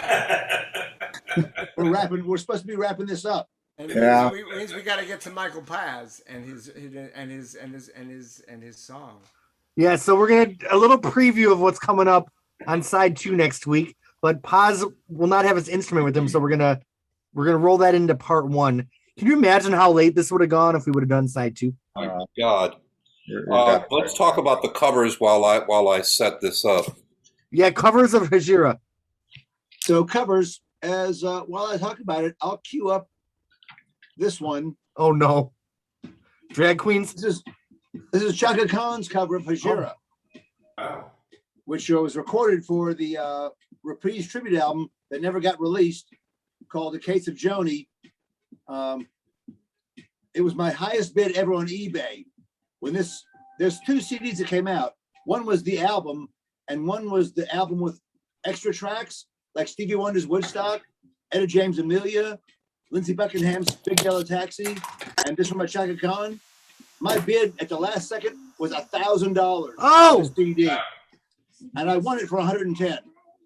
110, and I was so happy. This, for a long time, was my holy grail to get. So I got it. I don't know if y'all can hear Chaka singing Hejira.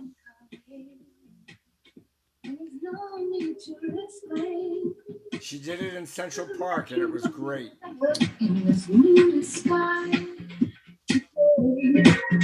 I possess a covering, so much could not be expressed. So now I have turned into myself. So I'm gonna cut this off because my wife is probably trying to fall asleep and don't want to get pissed off. So Hejira has been covered 27 times. First 20 years after the fact in '96 by a Dutch band fronted by Irma Keller Schultz called A Bird That Whistles. That did the song for the very first time, and then Irma would come back to do an entire Dutch record of Joni covers, and so this song's been recorded in Dutch. Chaka Khan did it, but not a lot of covers of the song. It would be an awesome song, a very difficult song to take on because let's face it, Joni nailed it on this record. I want to hear Meryl Streep do it. Yeah, well, she probably would. She maybe could do it. So In Bob, any language she wants to, in any accent. She's a decent singer. do you like Shaka's version? How do you feel about it? I like Chaka. It's kind of disco-y, you know. I understand why Reprise was not happy with some of the versions of this. We'll get to Janet Jackson's Oh, Beat of Black Wings, right? Beat of Black Wings, which was really nice. That I really liked. Yeah. All right. I'll have the actual diamonds, not the diamond tattoo. Well, let's let tonight's podcast be like one of the fade outs on the album Hejira. We will just be trickling off, but we'll be back next week at 8 o'clock on Tuesday. I'll send out an email with I guess we have to do passwords now that I've had a Zoom update, so whatever. No problem. Question for you: when you make, are you going to make this all one program when No. it's finally edited? No. So can I make a suggestion? What's that? Can you close or open the next, the second part with Michael's performance? Or Yeah, I is could. that possible? I could cut it and then put it in the other one. That'd be great. You're a genius. Yeah. He's a director or something like that. Like He's awesome. Films. Yeah. I may be on a beach though next week, so it may be a completely different background. That's okay. As long as there's palm trees, it works for me. I know no one's here is gonna care about this one, but Stevie Nicks had a live video live at Red Rocks, and there was the concert, and then like a year later she did the close-ups where her weight and hair were totally different. She'd gotten out of rehab. So Paz, you're gonna Stevie Nicks Red Rocks us next week. Yeah. She was the first one to pull out of Jazz Fest, so she was one of the ones that brought Jazz Fest crashing to the ground. Her and Counting Crows also pulled. The Stones still haven't announced that they're not doing their tour. So. Oh, this world. Yeah. We're going on tour Wednesday. Be well, everybody. All right. I'm so glad we just did one part today because I'm tired. There's 4 songs to go. Wow. And they're all good ones, too. Yeah. Biggies, yeah. They deserve our attention and awakeness. We'll allot 1 hour per song. So much love to the Joni Mitchell family. I will see you next week. Thank you for sharing your time. Bye. Thank you. Bye, all. Love you all. Love y'all. Bye.